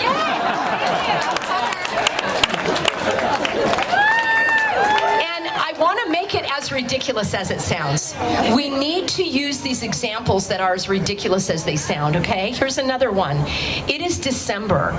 Do you know that in our state that the first time they found the virus was in February, something like that? In Orange County, where I live, the state of emergency was, the local health emergency was declared in February. March, April, May, June, July, August, September, October. That's 10 months, right? 9 or 10 months. That would be like saying somebody in North Carolina has to evacuate for a hurricane, and instead of evacuating for 2 or 3 days after the hurricane leaves, you just stay in Texas for 10 more months because another hurricane might come. It's an emergency, right? We can tell you to evacuate for 10 months. No, you can't. Okay, so first of all, there is no emergency. What I would love is for every business owner and everyone to take one of these cards. They're on the table with my dear friend, Mark. Let's give a big round of applause to Mark Durham. Here he is right here. He is single-handedly, with lots of help, kind of an oxymoron. He's traveled to nearly every county in California doing the Newsom recall. So if you haven't signed it, he's got the table there. And I put my cards on the table, and it basically talks about, the name of the program is called Open for Business. I have free videos there, free information. If you want to do a deeper dive, I've got an online program. Tomorrow I'm going to be in Thousand Oaks at 2:30. I know some of you are going to join me. This is a deep dive where we roll up our sleeves. I'm going to go through all of the laws, exactly what to do when the code enforcers show up, what to do when you have an administrative hearing. Get this, a group that I was working with, gym owners in Solano County in Northern California, which is extremely communistic. We are so open here in South Orange County. Southern California, you would not believe what's going on. And who's here from Northern California? I know some people drove down. Yeah, really bad there, isn't it? They're like, this is the first time I've seen anybody without a mask. I can go in a restaurant. So they not only got a citation to close their business, but they got an administrative hearing, which means you get to go in front of a judge. That's called having your day in court, right? If you get a parking ticket, you can go in front of the judge. You get a speeding ticket, you get to tell it to the judge, honey. That's how the expression goes. You can't fight with the cop. He says, just tell it to the judge. Well, they got their administrative hearing. They actually were in a court. They sat outside the courtroom, and they waited and waited, and somebody came out and said, oh, the judge already ruled on your case. There's an injunction. You have to close your business. Well, we didn't get to talk to the judge. This is the level of tyranny that is happening in our country. Now, we've got our legal team that's going to help them with this, but here's what really bothered me, you guys. Remember that part about innocent until proven guilty? You've heard of that, right? That's our American way, right? This is the only country in the world that was built by we the people, and it was so important how laws were made that was written up first in our Constitution. Our Bill of Rights are what describe many of our rights, although we have more than is listed there. But one of those rights is called due process of law. You've heard of that. That means that you get to go and state your case. It didn't happen here. Further, not only did it not happen, but in the ruling from the judge that granted the injunction, it's a restraining order, actually, I'm using the wrong word. They were restrained from opening their business. In that judge's ruling, hang on to your hat, it said that it was up to the gym owner to present evidence that they weren't a threat to the public. That's exactly upside down in our legal society, in our legal form of government. The person who brings the charge brings the proof, all right? Unless I'm wrong, I've got my attorneys here. And so they are saying that he is guilty of XYZ. They need to show why he's guilty of XYZ. So in one sweep of the pen, an incompetent judge ruled against them without hearing from them and further said that they were the ones that had to bring the proof. This is exactly wrong, just like no governor can make a law. You would not believe how many videos I've made on that, and how many people still say, well, the governor's mandate. There's no mandate from a governor. A governor cannot mandate anything. Further, if he does, it's only, who works here for the government? Who here works for the government? Any teachers? All right. Only government employees have to follow what the governor said, because he's in the executive branch of government. His orders have nothing to do with you. That emergency order was for the sheriff and the police and everybody else in the government so that they could get ready and be prepared for this emergency that was going to happen. It has nothing to do with you. They're completely coloring outside the lines. All right, we're not going to put up with that. So I want you to grab this flyer, because on the back it says this: shutdowns are illegal. They're completely illegal. No governor can tell you to shut down your business. There is no lawful authority for any governor, mayor, or health officer to order you to close your business unless there is an actual violation. Now, I don't think that Alondra is running some kind of, bookie. What is that, like when you're gambling? I don't think they're gambling in the back room here, That would be against the law because she doesn't have a license for that. If you do have an alcohol license and you're serving alcohol to 16-year-olds, yeah, your license can be taken away. But I'm talking about operating your business legally and lawfully. There is no authority for you to shut that down. There is no evidence of an emergency, is there? I don't see it. Do you know, I just love reading this stuff. In the law of California, there's actually a definition of what an emergency is. And there's actually a definition of what a health emergency is. And there's actually a definition of what a health emergency related to a communicable disease is. Can you believe that? Not every state likes the law like California has many, many laws. And guess what? We're going to make them abide by them now. Yeah. What you guys have to do to get in business, I know what it's like. I don't have the brick and mortar, but what's required of you to have that is onerous. Onerous means it's a burden. I know people that are property owners. It is a burden. It's burdensome what is required of you to keep your if you're a landlord and you have an apartment building or something like that. And that's by design, because they want you to say, this is such a hassle, I'm just not going to do it anymore. So the thing is, no one has that authority to shut down your business because there is no emergency. Do you want to hear the definition of emergency? Health emergency? Yes. It says a local health emergency can only be called at the introduction of an infectious disease. That would be February. There is no health emergency because the word emergency means it's unanticipated, it's right now, it's immediate, it's proximate, it needs to be taken care of. If anybody's been in an emergency room, you probably were only there for a couple of hours, maybe you had to wait, but after you were seen, they fixed you up and they sent you on your way, didn't they? They either sent you into a room at the hospital or they sent you home. You don't stay in the emergency room overnight because it's no longer an emergency. You're not healed maybe, but it's no longer an emergency. If you break your leg, you're going to go to the emergency room, and if they say to you, well, we're not going to fix your leg unless you get morphine, you can say, I don't want the morphine, but I still want you to fix my broken leg. And guess what? They can't deny you that medical service. Who's been denied here medical service because you won't get a COVID test, or you won't wear a mask, or you don't want to get your temperature taken, you can't go to the dentist? Yeah, and it's a hassle, right? You're trying to get your chiropractic care, we got to connect you in our freedom communities. So listen, listen, you have a right to refuse that. There are laws that protect you. Just like you can refuse the morphine but still get your broken leg fixed. You would get your broken leg fixed. They're going to send you home. Is your leg healed yet? No, it's still going to heal, but it's no longer an emergency. Maybe there's COVID floating around. Maybe it probably will be out there if it's, as some have said, it's like a cold or the flu, which has always been with us, but it's no longer an emergency. They are trying to use those emergency laws against us. And with the help of the attorneys and so forth, we're really gonna put that to the mat. We were really nice in the beginning. Who's gone to a city meeting, a county meeting, written a letter, sent something in one of the stores? You're like, hey, you probably didn't know, you're not supposed to do this, I have rights and you're violating them. They don't care, they're criminals. That's why we have prisons and they need to be in prison. For some people, that's the only way, right? That's the only way that some people will stop breaking the law. And the governor has had a ruling against him, as I think that we heard from Gary about that, or maybe previously, that the governor was found, the ruling was that he has no more authority to issue these orders under the Emergency Services Act if it creates new law. Why? Because no governor can make a law. And it was like the next week is when he ordered the shutdowns. Now, in between time, he did get a stay, which means that ruling and he's going to tell us about that. That was 2 assemblymen in Northern California. They each got an injunction against him doing that.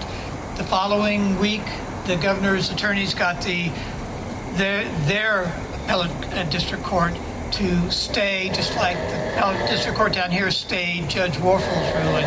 So those are no force and effect right now. So that has a stay, which means it's kind of on pause. But the beautiful thing, and maybe the booby trap that the governor fell into, is he's going to have his appeal, which means that case gets to be heard again. But the ironic thing to me is that right after that ruling came out was when he came out with the shutdown. Now, if I was the judge, and I'm not, I would have ordered an arrest warrant, right? Contempt of court. That would be something that would be fun to see. Anyway, no governor or health officer has the authority to shut down your business. Your business is your property. You have property rights. No one has any authority to come take your property without due process of law. Now, no one can come and just take my car. No one can knock on my door. No sheriff or officer, unless there is some type of evidence that it was used in a crime. And here we go. Yeah, I know. Oh boy, how about that? It must be the YouTube police. Yes, I've already had the strike. They're not letting me upload, but please go to the Healthy American on YouTube. My backup channel is called Living Swell with Peggy Hall. I have to kind of hide under the radar. You can see all my videos there for the time being. You cannot lose your liquor license unless you serve alcohol to minors. There is no law or regulation requiring you to or prohibiting you from serving indoors, outdoors, on the roof. Listen. They are trying to humiliate and ridicule business owners. They spent money to do all of this out of the goodness of their heart because there's no law that requires it. They wanted to be good neighbors. We'll play along. We'll comply. We'll do what's needed. Maybe some people want to eat outside. We'll provide for it. And then a few months later say, well, you can't eat outside. I mean, this is called gaslighting. Gaslighting is when you say, isn't it a beautiful morning? And you're like, no, it's night. No, it's morning. It is blatant gaslighting.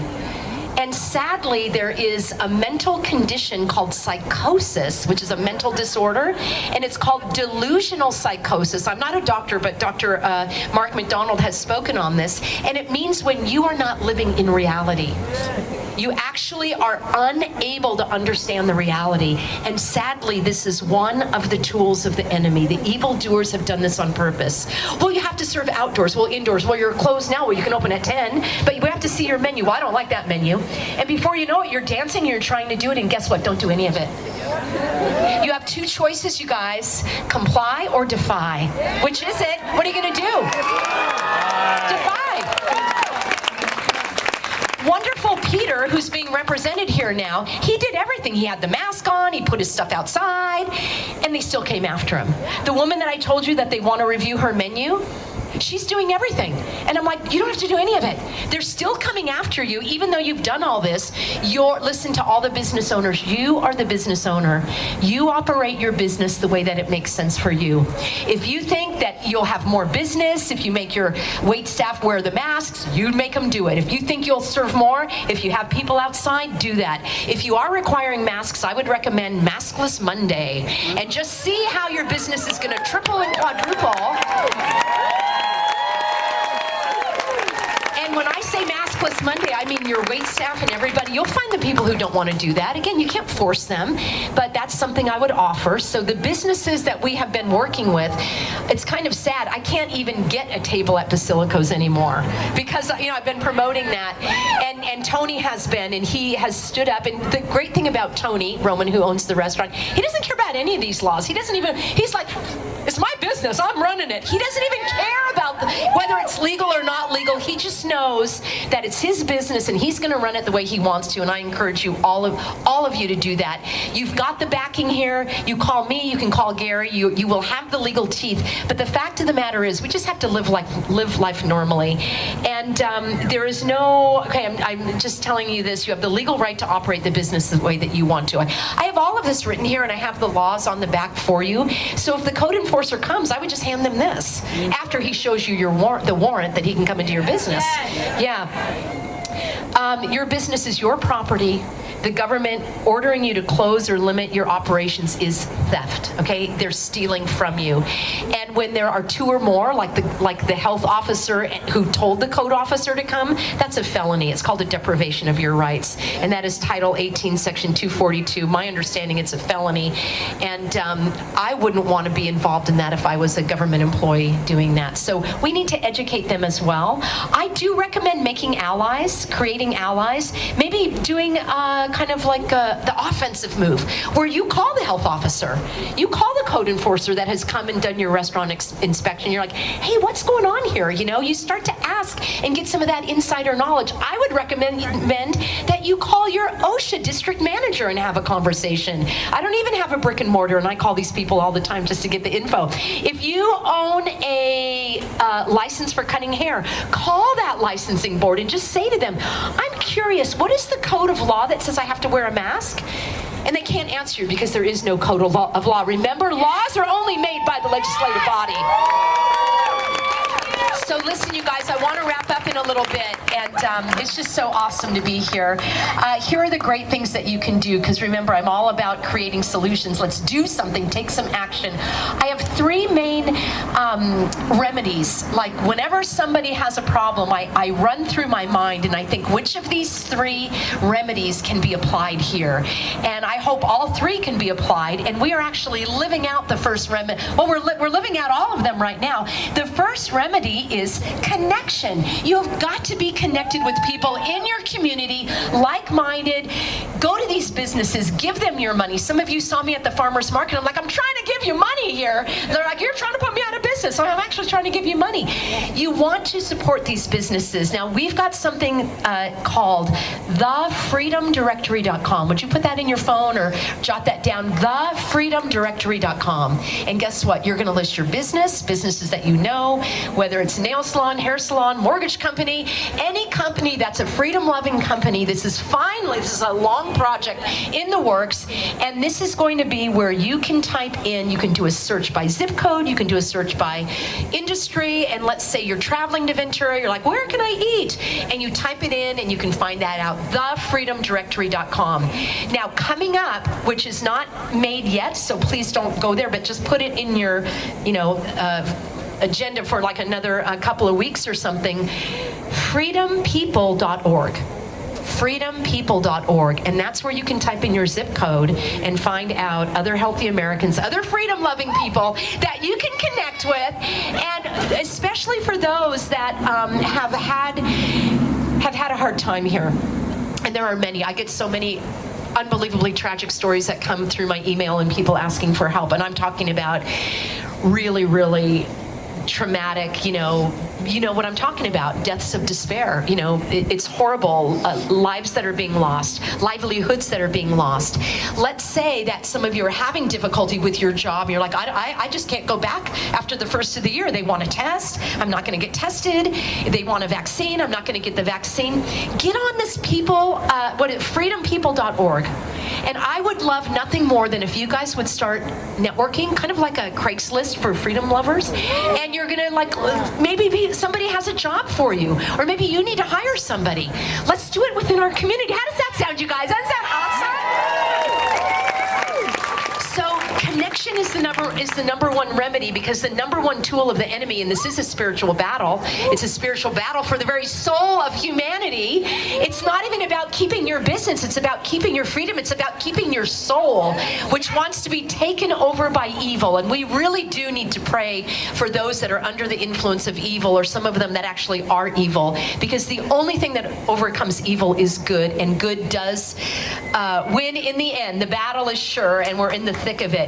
So the tool of the enemy is division. Stay at home, don't open your restaurant. And I have to say one thing about these restaurants. Aren't restaurants awesome? We love to go out to eat, right? That's part of our society, is enjoying a meal, breaking bread, being together, having food served that was made with love and care. How about this restaurant? Isn't it amazing? I live 90 minutes away and I'm going to be a regular, man. This is awesome. I can't wait. There's something about restaurants. There's something about being together with people in a place where you're enjoying yourself, you're enjoying food, you're being waited on, which is a treat. It is really the heart and soul of our community, and that is why the restaurants have been targeted. Yes, they're targeting the gyms and the hair salons and, you know, all of that that has to do with you feeling good about your body, right? Personal care. The liquor stores are open. You've heard it. The liquor stores, the strip clubs, and the churches are closed. We are going to create our own, and that's the beautiful thing. How many of you feel optimistic about the future? You get to create the future. It's actually awesome. Apparently this old way didn't work too well. So I don't want the old normal. I don't want the new normal. I want better than normal. I think I'm gonna have a t-shirt on that one. Better than normal. So connection, connection, connection. Our country was founded, our founding fathers met and hatched their plans in the taverns. That's where they did it, in the bars. And that's why they want to break this down now, because they don't want people being together. They want us separate. Whatever way you can do it, if it is on Zoom, on a phone call, you email somebody, stay connected. Isolation kills, we know that. The second tool of the enemy, there's 3 tools. The second tool is deception. Oh, open your restaurant, we'll close it, we'll eat outside. I meant inside. Well, you can only have 25%. Well, now you can have 50. So deception is keeping people confused. All of the numbers, and they don't even make sense anyway. The numbers are completely without any legitimacy whatsoever. So keeping people confused, and that's why the onslaught of these rules aren't even so much that we follow them, but it's to keep us off our game. Oh, did you hear the latest ruling? Well, no, they overturned it. Well, I thought there was another one. Well, maybe there's an appeal. And before you know it, you're just frozen. That's by design. So the only way to overcome that deception and delusion is education, and that's the second tenet of the healthy American, education. That's what I strive to do. I actually love it. I'm kind of a nerd. I stay up until 2 o'clock in the morning reading the law, and it's like, wow, there's actually California law that describes your religious liberty. Did you guys see that video? It is unbelievable. I want you to memorize this law, 12926Q. It might be 139, I think it's 12926Q. Guess what? California, in all of its laws, it has defined what your religious expression consists of. It consists of your beliefs. It consists of artifacts, like I could walk around with a Bible, or like in the Sikh religion, you can carry a knife, a dull knife under your clothing. Guess what it includes? It includes your grooming. This is California law. It includes your clothing, and do you know it uses these 2 words in the definition of your religious expression? Face covering. Your religious beliefs have to do with whether or not you wear a face covering. Well, guess what? I don't wear one. Right? And I was created with the ability to breathe through my nose and my mouth, and I'm not going to cover that. God gave me my first breath. He'll take my last, and I'm not going to fiddle with it in the meantime. Everybody should choose that for themselves. And if you choose that based on your religious liberty, it is protected by California law. I just think that's amazing. So educate, educate, educate. Do what you can in your groups. Somebody might have more information and you fill in, and you know, I just think it's the best way. Stay connected, educate yourself. The third thing here, the last thing, the tool of the enemy is despair, that psychological despair.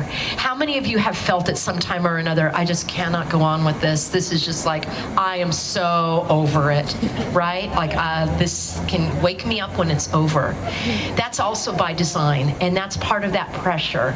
And if you haven't done so already, just get rid of your TV, all right? I don't even have a TV. I've never had a TV. That's probably part of the reason I can understand all this stuff. I don't do vaccines. You've got to keep yourself, as Jonny said, you've got to keep yourself healthy in mind, body, and spirit. I also recommend having some type of prayer life or support, spiritual support. That's very, very important, because I believe there is life after this. There is an eternal soul. When people, those that are living in fear, they only see this life. They don't see the bigger picture. They don't see the impact that they could have, or whatever that new adventure will be. And so they literally are deathly afraid to give up this life. Sadly, they may not be living life the way that they want to, and that also adds fear. Like, oh no, it's almost over and I didn't do what I wanted to do. So live your life in freedom, in courage, in confidence. Despair can be overcome by action. So that's my other big word. So connect with people, get educated, and then take action. It doesn't matter what the result is. I've heard people say, well, I wrote the letter and it didn't work, and I filed with the DOJ and they're not going to do anything. It doesn't matter. You have no control over what other people do, only over your action. Taking action empowers you. It can have a ripple effect. Somebody may have seen your email that you didn't even know, and it planted a seed, and later on they become a judge in a court, and then they're going to rule impartially, as they should. And so you never know where those actions are going to lead. So please take the action. Please don't wait until you think, I don't know what to do exactly. Just do something. Just do something. Each step will reveal the other, and you'll be empowered. You'll be thrilled. You'll feel like you're in the game. And again, don't wait for it to be perfect. You don't have to do that.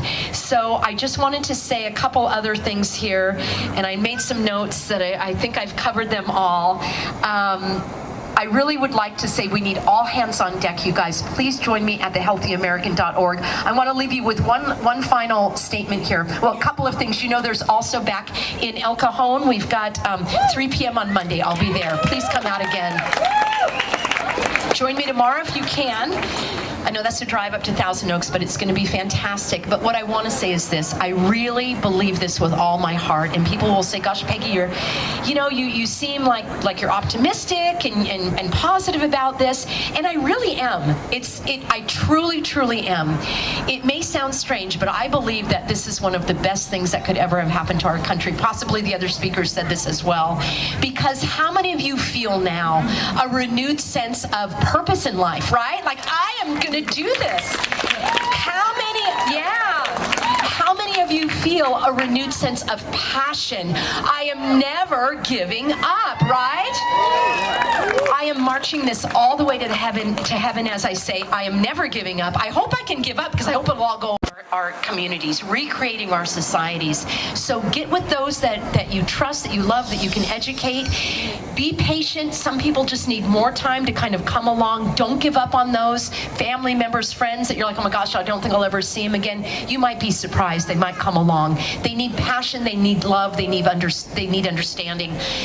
It may sound trite, but the only thing that actually works is love, okay? It's light, it's love, it's truth. When we're beating people down, and I know I kind of do that too in my rants because I get so outraged, and that's okay. Those are normal, natural emotions that need to be expressed. Hopefully we're not doing it with any violence or harming anyone. But at the root of it, we need to release those emotions. We need to understand people are operating out of fear. The enemy is not each other. The evildoers want it to be that way. It's actually diabolically brilliant that they don't even have to control us. It's like the guy at Costco's controlling us. You know, that's weird. So It's so hard, but you have to find another way, and that's what I want to leave you with. My final thought is there's always another way, and I'm going to find it. Would you repeat that with me? There's always another way, and I'm going to find it. And that is so true. We are finding our way. Alondra found another way. We could fight back, argue, comply. No, we're going to defy this wonderful audience here. I thank you. God bless you, everybody. God bless America.